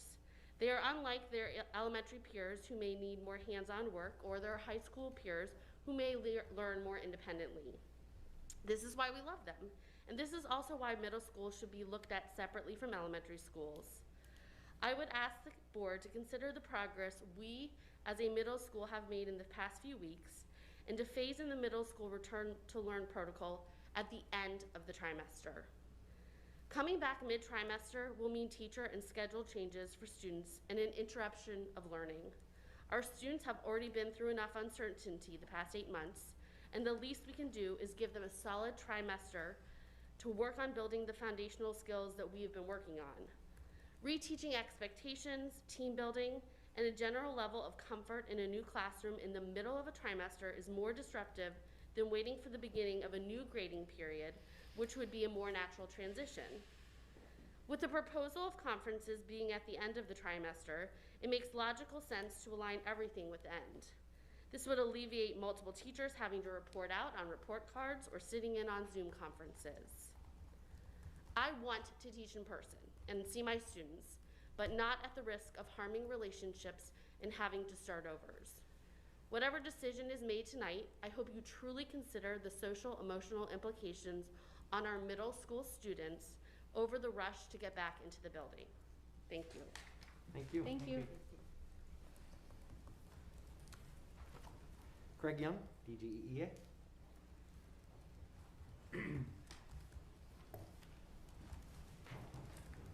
Thank you. My name is Craig Young. I teach 4th grade at Kingsley, and I serve as the president of the DGEA. I just want to share views on our recommendation tonight. I want to begin by saying thank you to administration and board for providing all of our teachers with an opportunity to give feedback on the proposal that was made tonight, and for collaborating with the DGEA and preparing the administrative recommendation.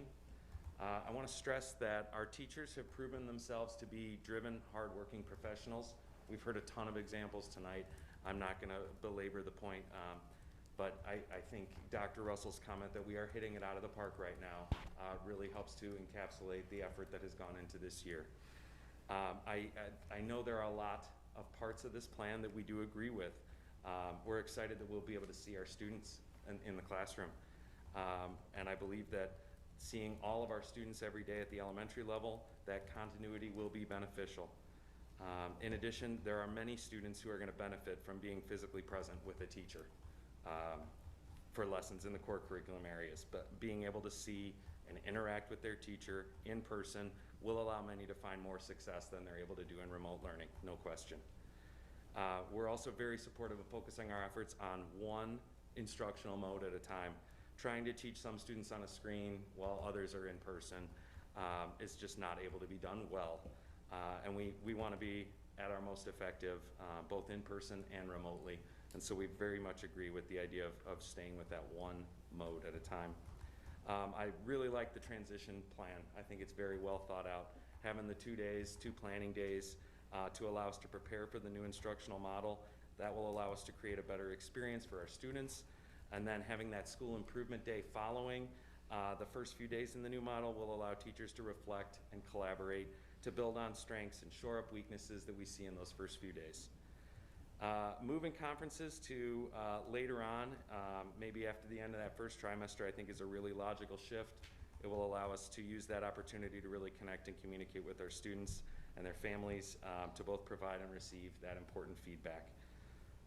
But as you're making this decision tonight, we really just want to make sure that you've got that eyes wide open approach. And the discussion I've heard tonight has really shown me that eyes wide open approach has already been taken. But I just want to highlight a few of the things that we see changing as we move into a new instructional model. And I want to preface this by saying that the teachers in our district are going to work hard regardless of what model we're in. But I do want the decision makers in our district to understand, what's going to change. And again, you've brought up a lot of these already today, and other speakers have as well. But that amount of student contact time that we're able to deliver to our elementary students right now is just not going to be possible with this new model. By only working with half of our class at a time, we're only going to be able to spend half as much time with each portion compared to what we were able to provide in the current model. That asynchronous time is going to look different. And we can certainly problem solve and work through it as much as we can, but it's not possible to be on Zoom and working with students in person at the same time. That solution is just a non-starter, so it's definitely going to look different. Differentiation is also a piece that's going to have to look different. What our teachers have been able to do with the breakout rooms in Zoom in order to provide those differentiated groups and address students' needs just can't look the same in on-site classrooms because of the limited mobility and the 6-foot distancing. It's not school like we're used to. It's not school as we know it. It's just going to look, feel, and sound very different. Same thing with the hands-on small group experiences in classes like science or middle school exploratories. It's just going to be different. During remote learning, students are able to stand up, stretch, maybe walk around a bit during class. Again, that's going to be something that we're going to have to change as we move into an on-site model. The reassignment of teachers and with students, and then the changing of the complex schedules around all the support pieces we have: reading support, math support, social work, speech, OT, etc. All those pieces and the scheduling issues there that will just have to be redone and reworked and find a way to make it work. So again, and there is a lot in the plan that we really like. We are supportive of much of this plan. But as teachers, we simply want to make sure that as you're voting tonight, you have that eyes wide open approach, really understand what your decision tonight will mean. Regardless, working within these guidelines set forth by IDPH means we have to change everything we do. The way we teach, the way that our students learn, it just changes the whole in-person experience. But I promise you, we will support your decision tonight, whatever it might be. We will make it work to the very best of our ability because we're here for the children of District 58. They have been and continue to be our top priority. So thank you for the opportunity to speak. Thank you so much. Thank you. All right, that's it for our cards tonight. We do have some public comment from outside. So at this time, we're going to go ahead and play any public comments that have been submitted remotely. How many do we have? 9. 9, okay. Hello, my name is Victoria O'Boyle, and my children attend Lester and Herrick Middle School. Dr. Russell and... Can you just restart it and then you kind of faded in at the beginning?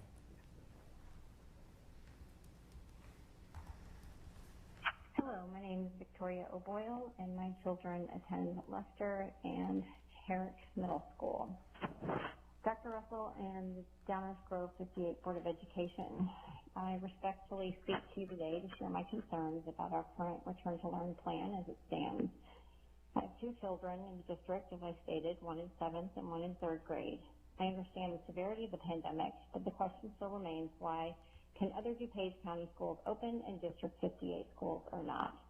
I ask you this for reasons, for my personal reasons, as I'm seeing my own children experience some emotional distress as a result of remote learning. One child is exhibiting some OCD behaviors. The other child is pretty disengaged from the Zoom activities and the executive function skills that are required to go between the different workbooks and activities. I feel like their self-esteem is taking a hit when we try to work with our children in the evening, and this concerns me. I applaud the efforts of the teachers of my children, but as 2 working parents, this does not make a positive remote learning experience for my children personally. I understand this may not be the case for other families. I'm an educator in DuPage County that is fully open all day with lunch. I'm fully able and willing to help my children succeed, although it is a continued struggle as I advocate for my own school so that it is open and that we can provide our families with a safe learning environment for children. But other parents without the educational backgrounds or don't have the luxury, I can only imagine how that must feel in their households, since I am personally struggling. Not only is this remote learning experience diminishing my children's love for learning, it is lowering their self-esteem and their ability to communicate effectively. I feel like we're also learning some not so great learning habits at home, turning in things that aren't really completely done, and yet again, I understand that that may be a child's particular experience. However, as an 8-year-old, that is not typically something. They're all not going to try to be perfect and turn in the perfect paper. So I feel like our work habits are kind of not being sacrificed during remote learning. I'd like to know what exactly the criteria that is going to be used to determine a safe return to school. Why did we shift to remote learning when we were in the lowest transmission level when other districts in our area opened? The only time we're really going to be safe from COVID is if we have herd immunity. It is not reassuring for me to hear that administration say that we will return to in-person learning when it is safe. This will not occur for a long time if logic serves me. We may be living with COVID-19 for the unforeseeable future. Does this mean that kids won't get to go back in person or experience a full day of school? Isn't it time we figure out how to keep kids in school using the restrictions put in place by the health agencies that we seek to advise us? In August, 75% of our parents wanted in-person instruction. This means that parents wanted and are willing to teach their children how to wear masks, remain distant from others, and wash their hands and follow whatever the restrictions were that needed to be put in place. I'm certain the PTO would get behind our efforts in helping children return to classrooms. The current transmission rate in DuPage County was 4.7 this weekend. When I looked on Saturday, how can we say that we can't have students in school with such a low rate? Schools in Will County remained in school while the region state was above the 8%. Additionally, the state itself does not have plans to close schools when the rate increases. Instead, the CDC, as well as other health agencies, including the DuPage County Health Department, have developed rubrics to assess this transmission and help schools determine their viability for being open. So when we take a look at the CDC indicators and thresholds for risk of introduction and transmission of COVID-19 in schools, it says that we are at a low risk. Please explain why our district remains as a solid remote learning plan when other districts in our county can open. I implore you to consider bringing our children back into school and help families during this time of need. Thank you, and respectfully. This is Allison Roselle with Hillcrest attendance area. My two concerns are, one, getting back to the in-person learning, and two, remotely, I'm noticing that the specials as planned are not getting any live time to teach, and I'm wondering how that will move going forward. You know, like my daughter had said, art class isn't art class anymore. I mean, she doesn't go, not let alone like they can't be in person using supplies. But in addition, I'm just concerned about other aspects of remote teaching, and you know, is it a fair and equal education for everyone in Illinois if some districts are already attending sometimes and some are not?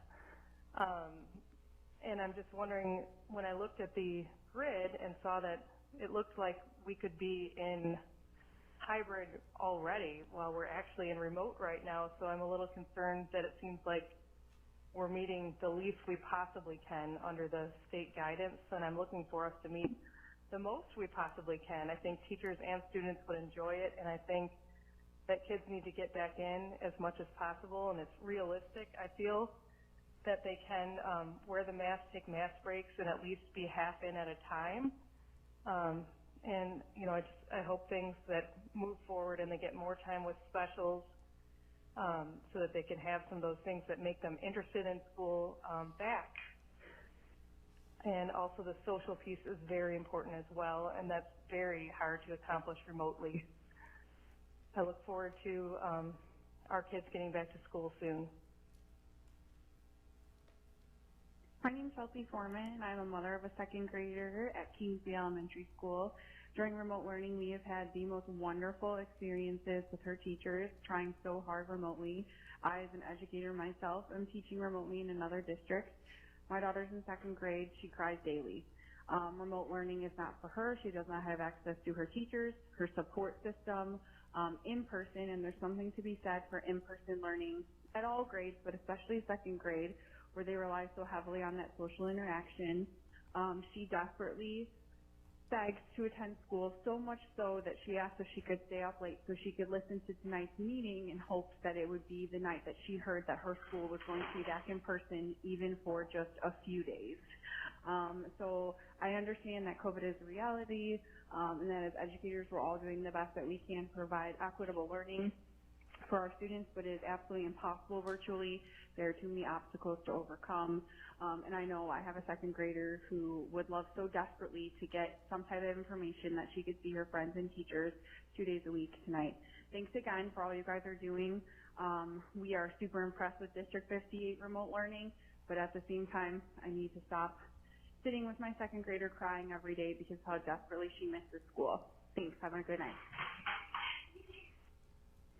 My name is Kylie, and I'm calling about my daughter attending middle school in Downers Grove, District 58. Right now, I don't think it's a good idea that the kids return back to school because we have now a mutation that is evolving that doesn't matter if you're wearing a mask or washing your hands, you can still catch it. It's very, very contagious. Not only that, but when the kids return to school, they come back home and they bring whatever they caught or brought home back to their entire family.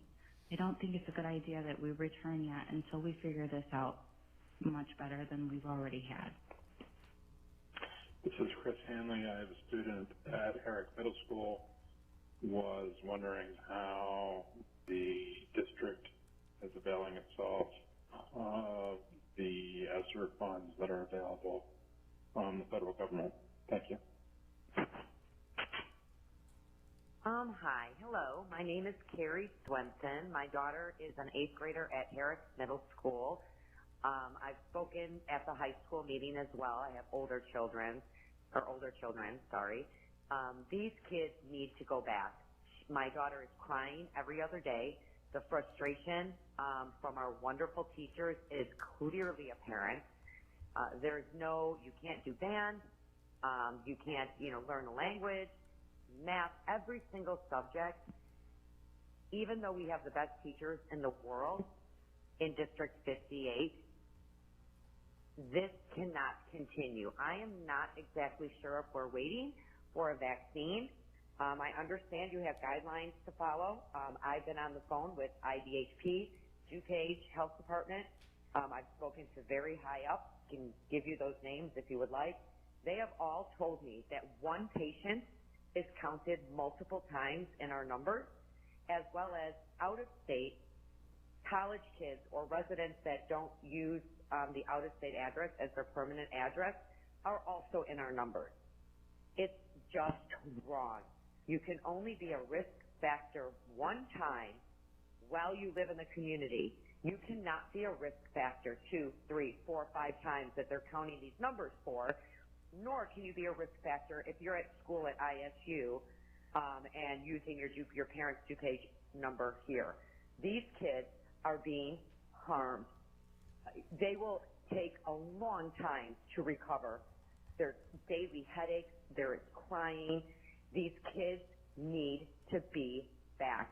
The science is showing this is not where the serious illness nor death rates are.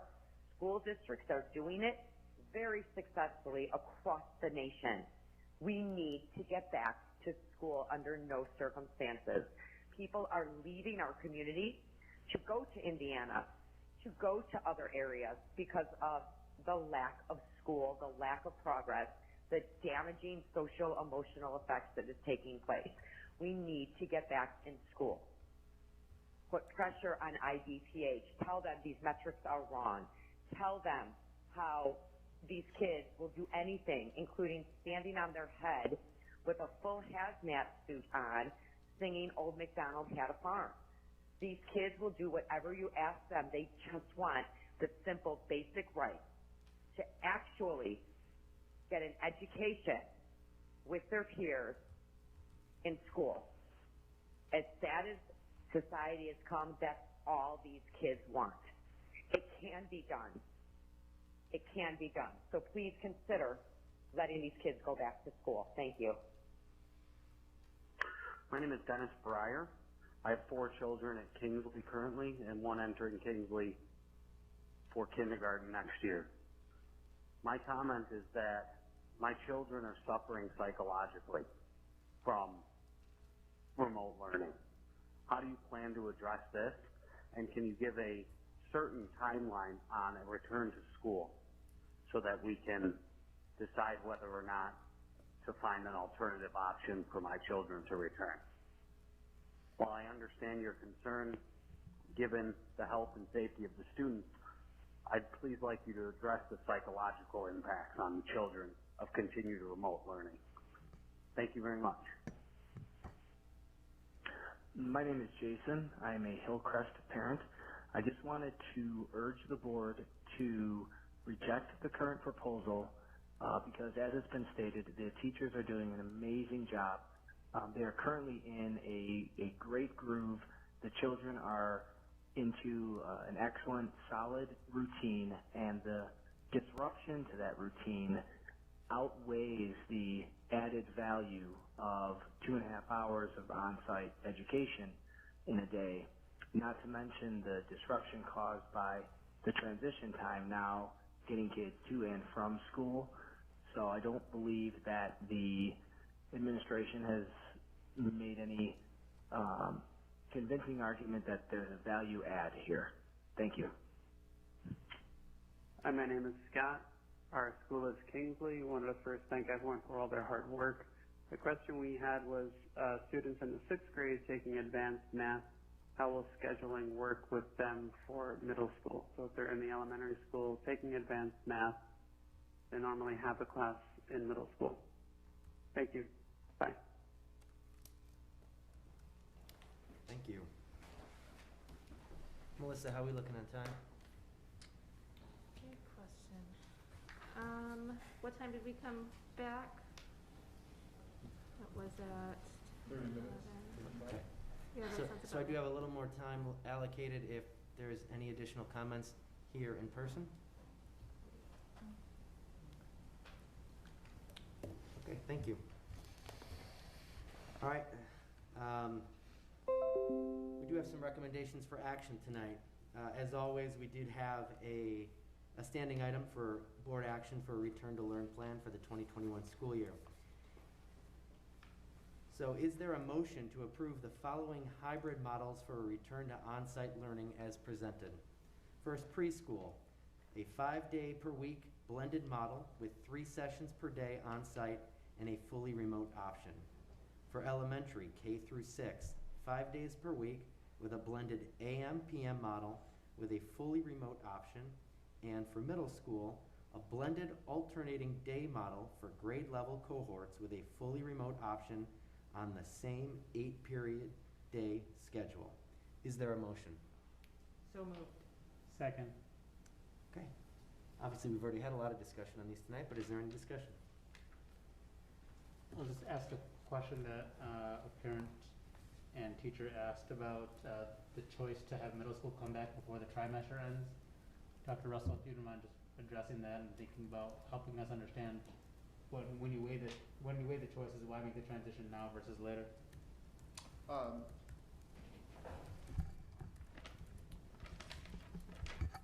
Again, this is, and I understand where people's perspectives are coming from. It certainly wouldn't be my recommendation.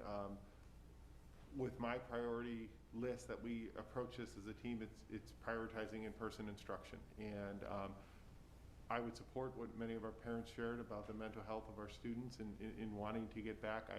I do appreciate what everyone has shared about being in a routine, and there is a lot of validity to that.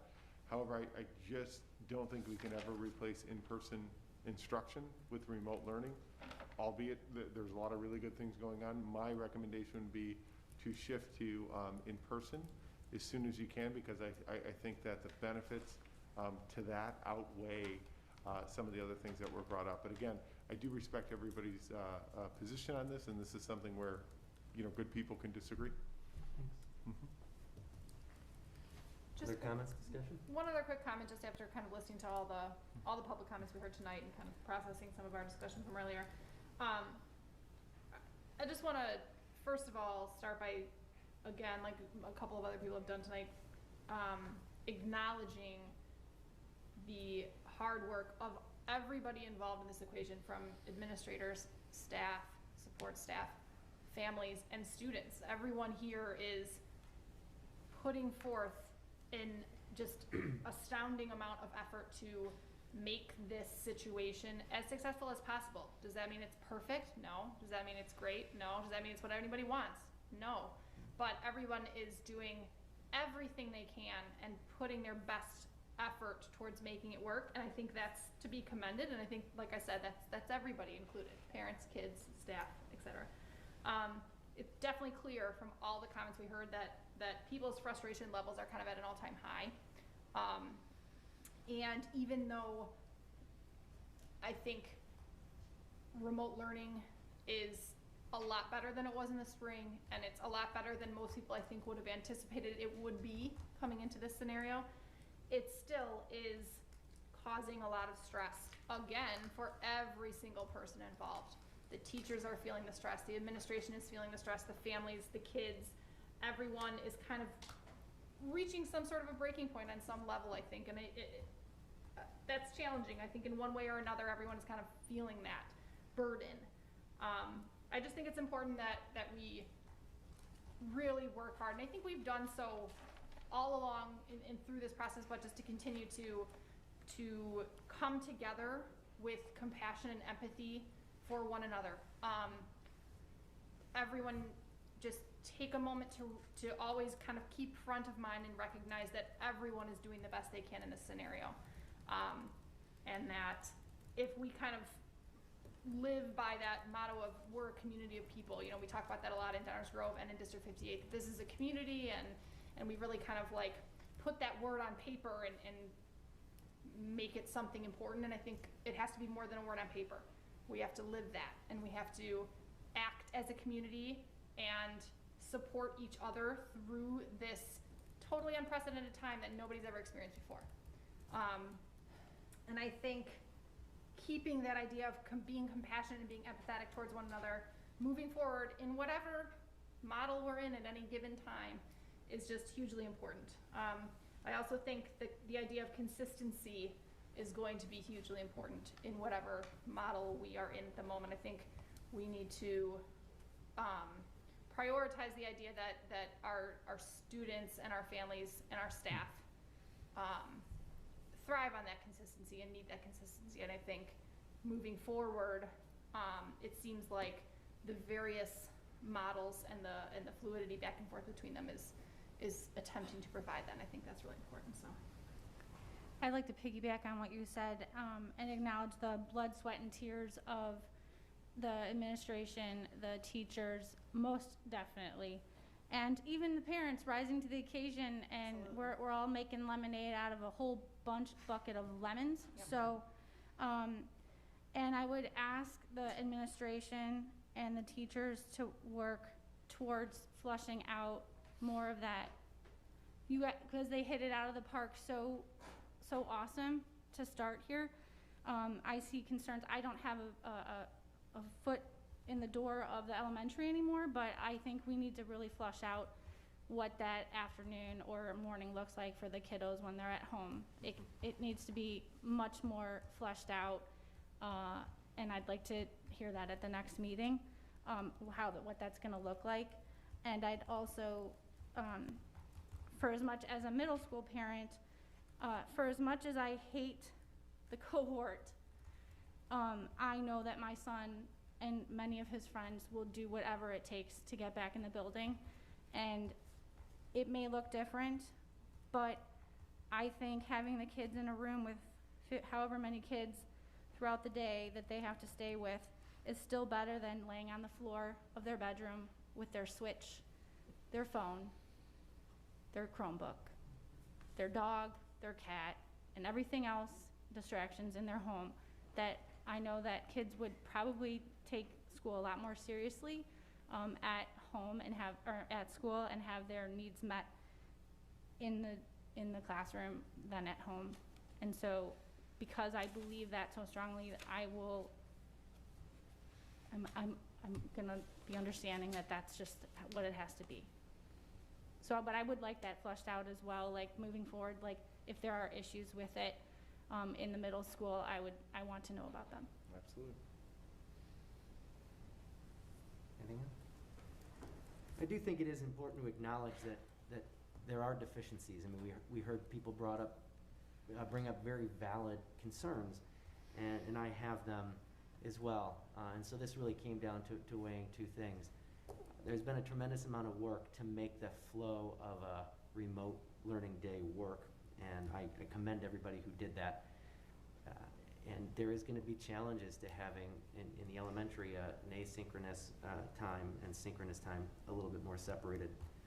But I do see a tremendous amount of value in in-person learning, the impact that that's going to have on social, emotional, and also just the impact that a teacher can have and the relationship that they can build in person. So I did want to take a moment, though, because the concerns that people are bringing up are real. And so I think with everything that we review, we got to constantly just be taking a look at this and making sure that we're doing the most we possibly can for our students. So I appreciate Eyes wide open, as Eyes Craig wide said. open. That's right.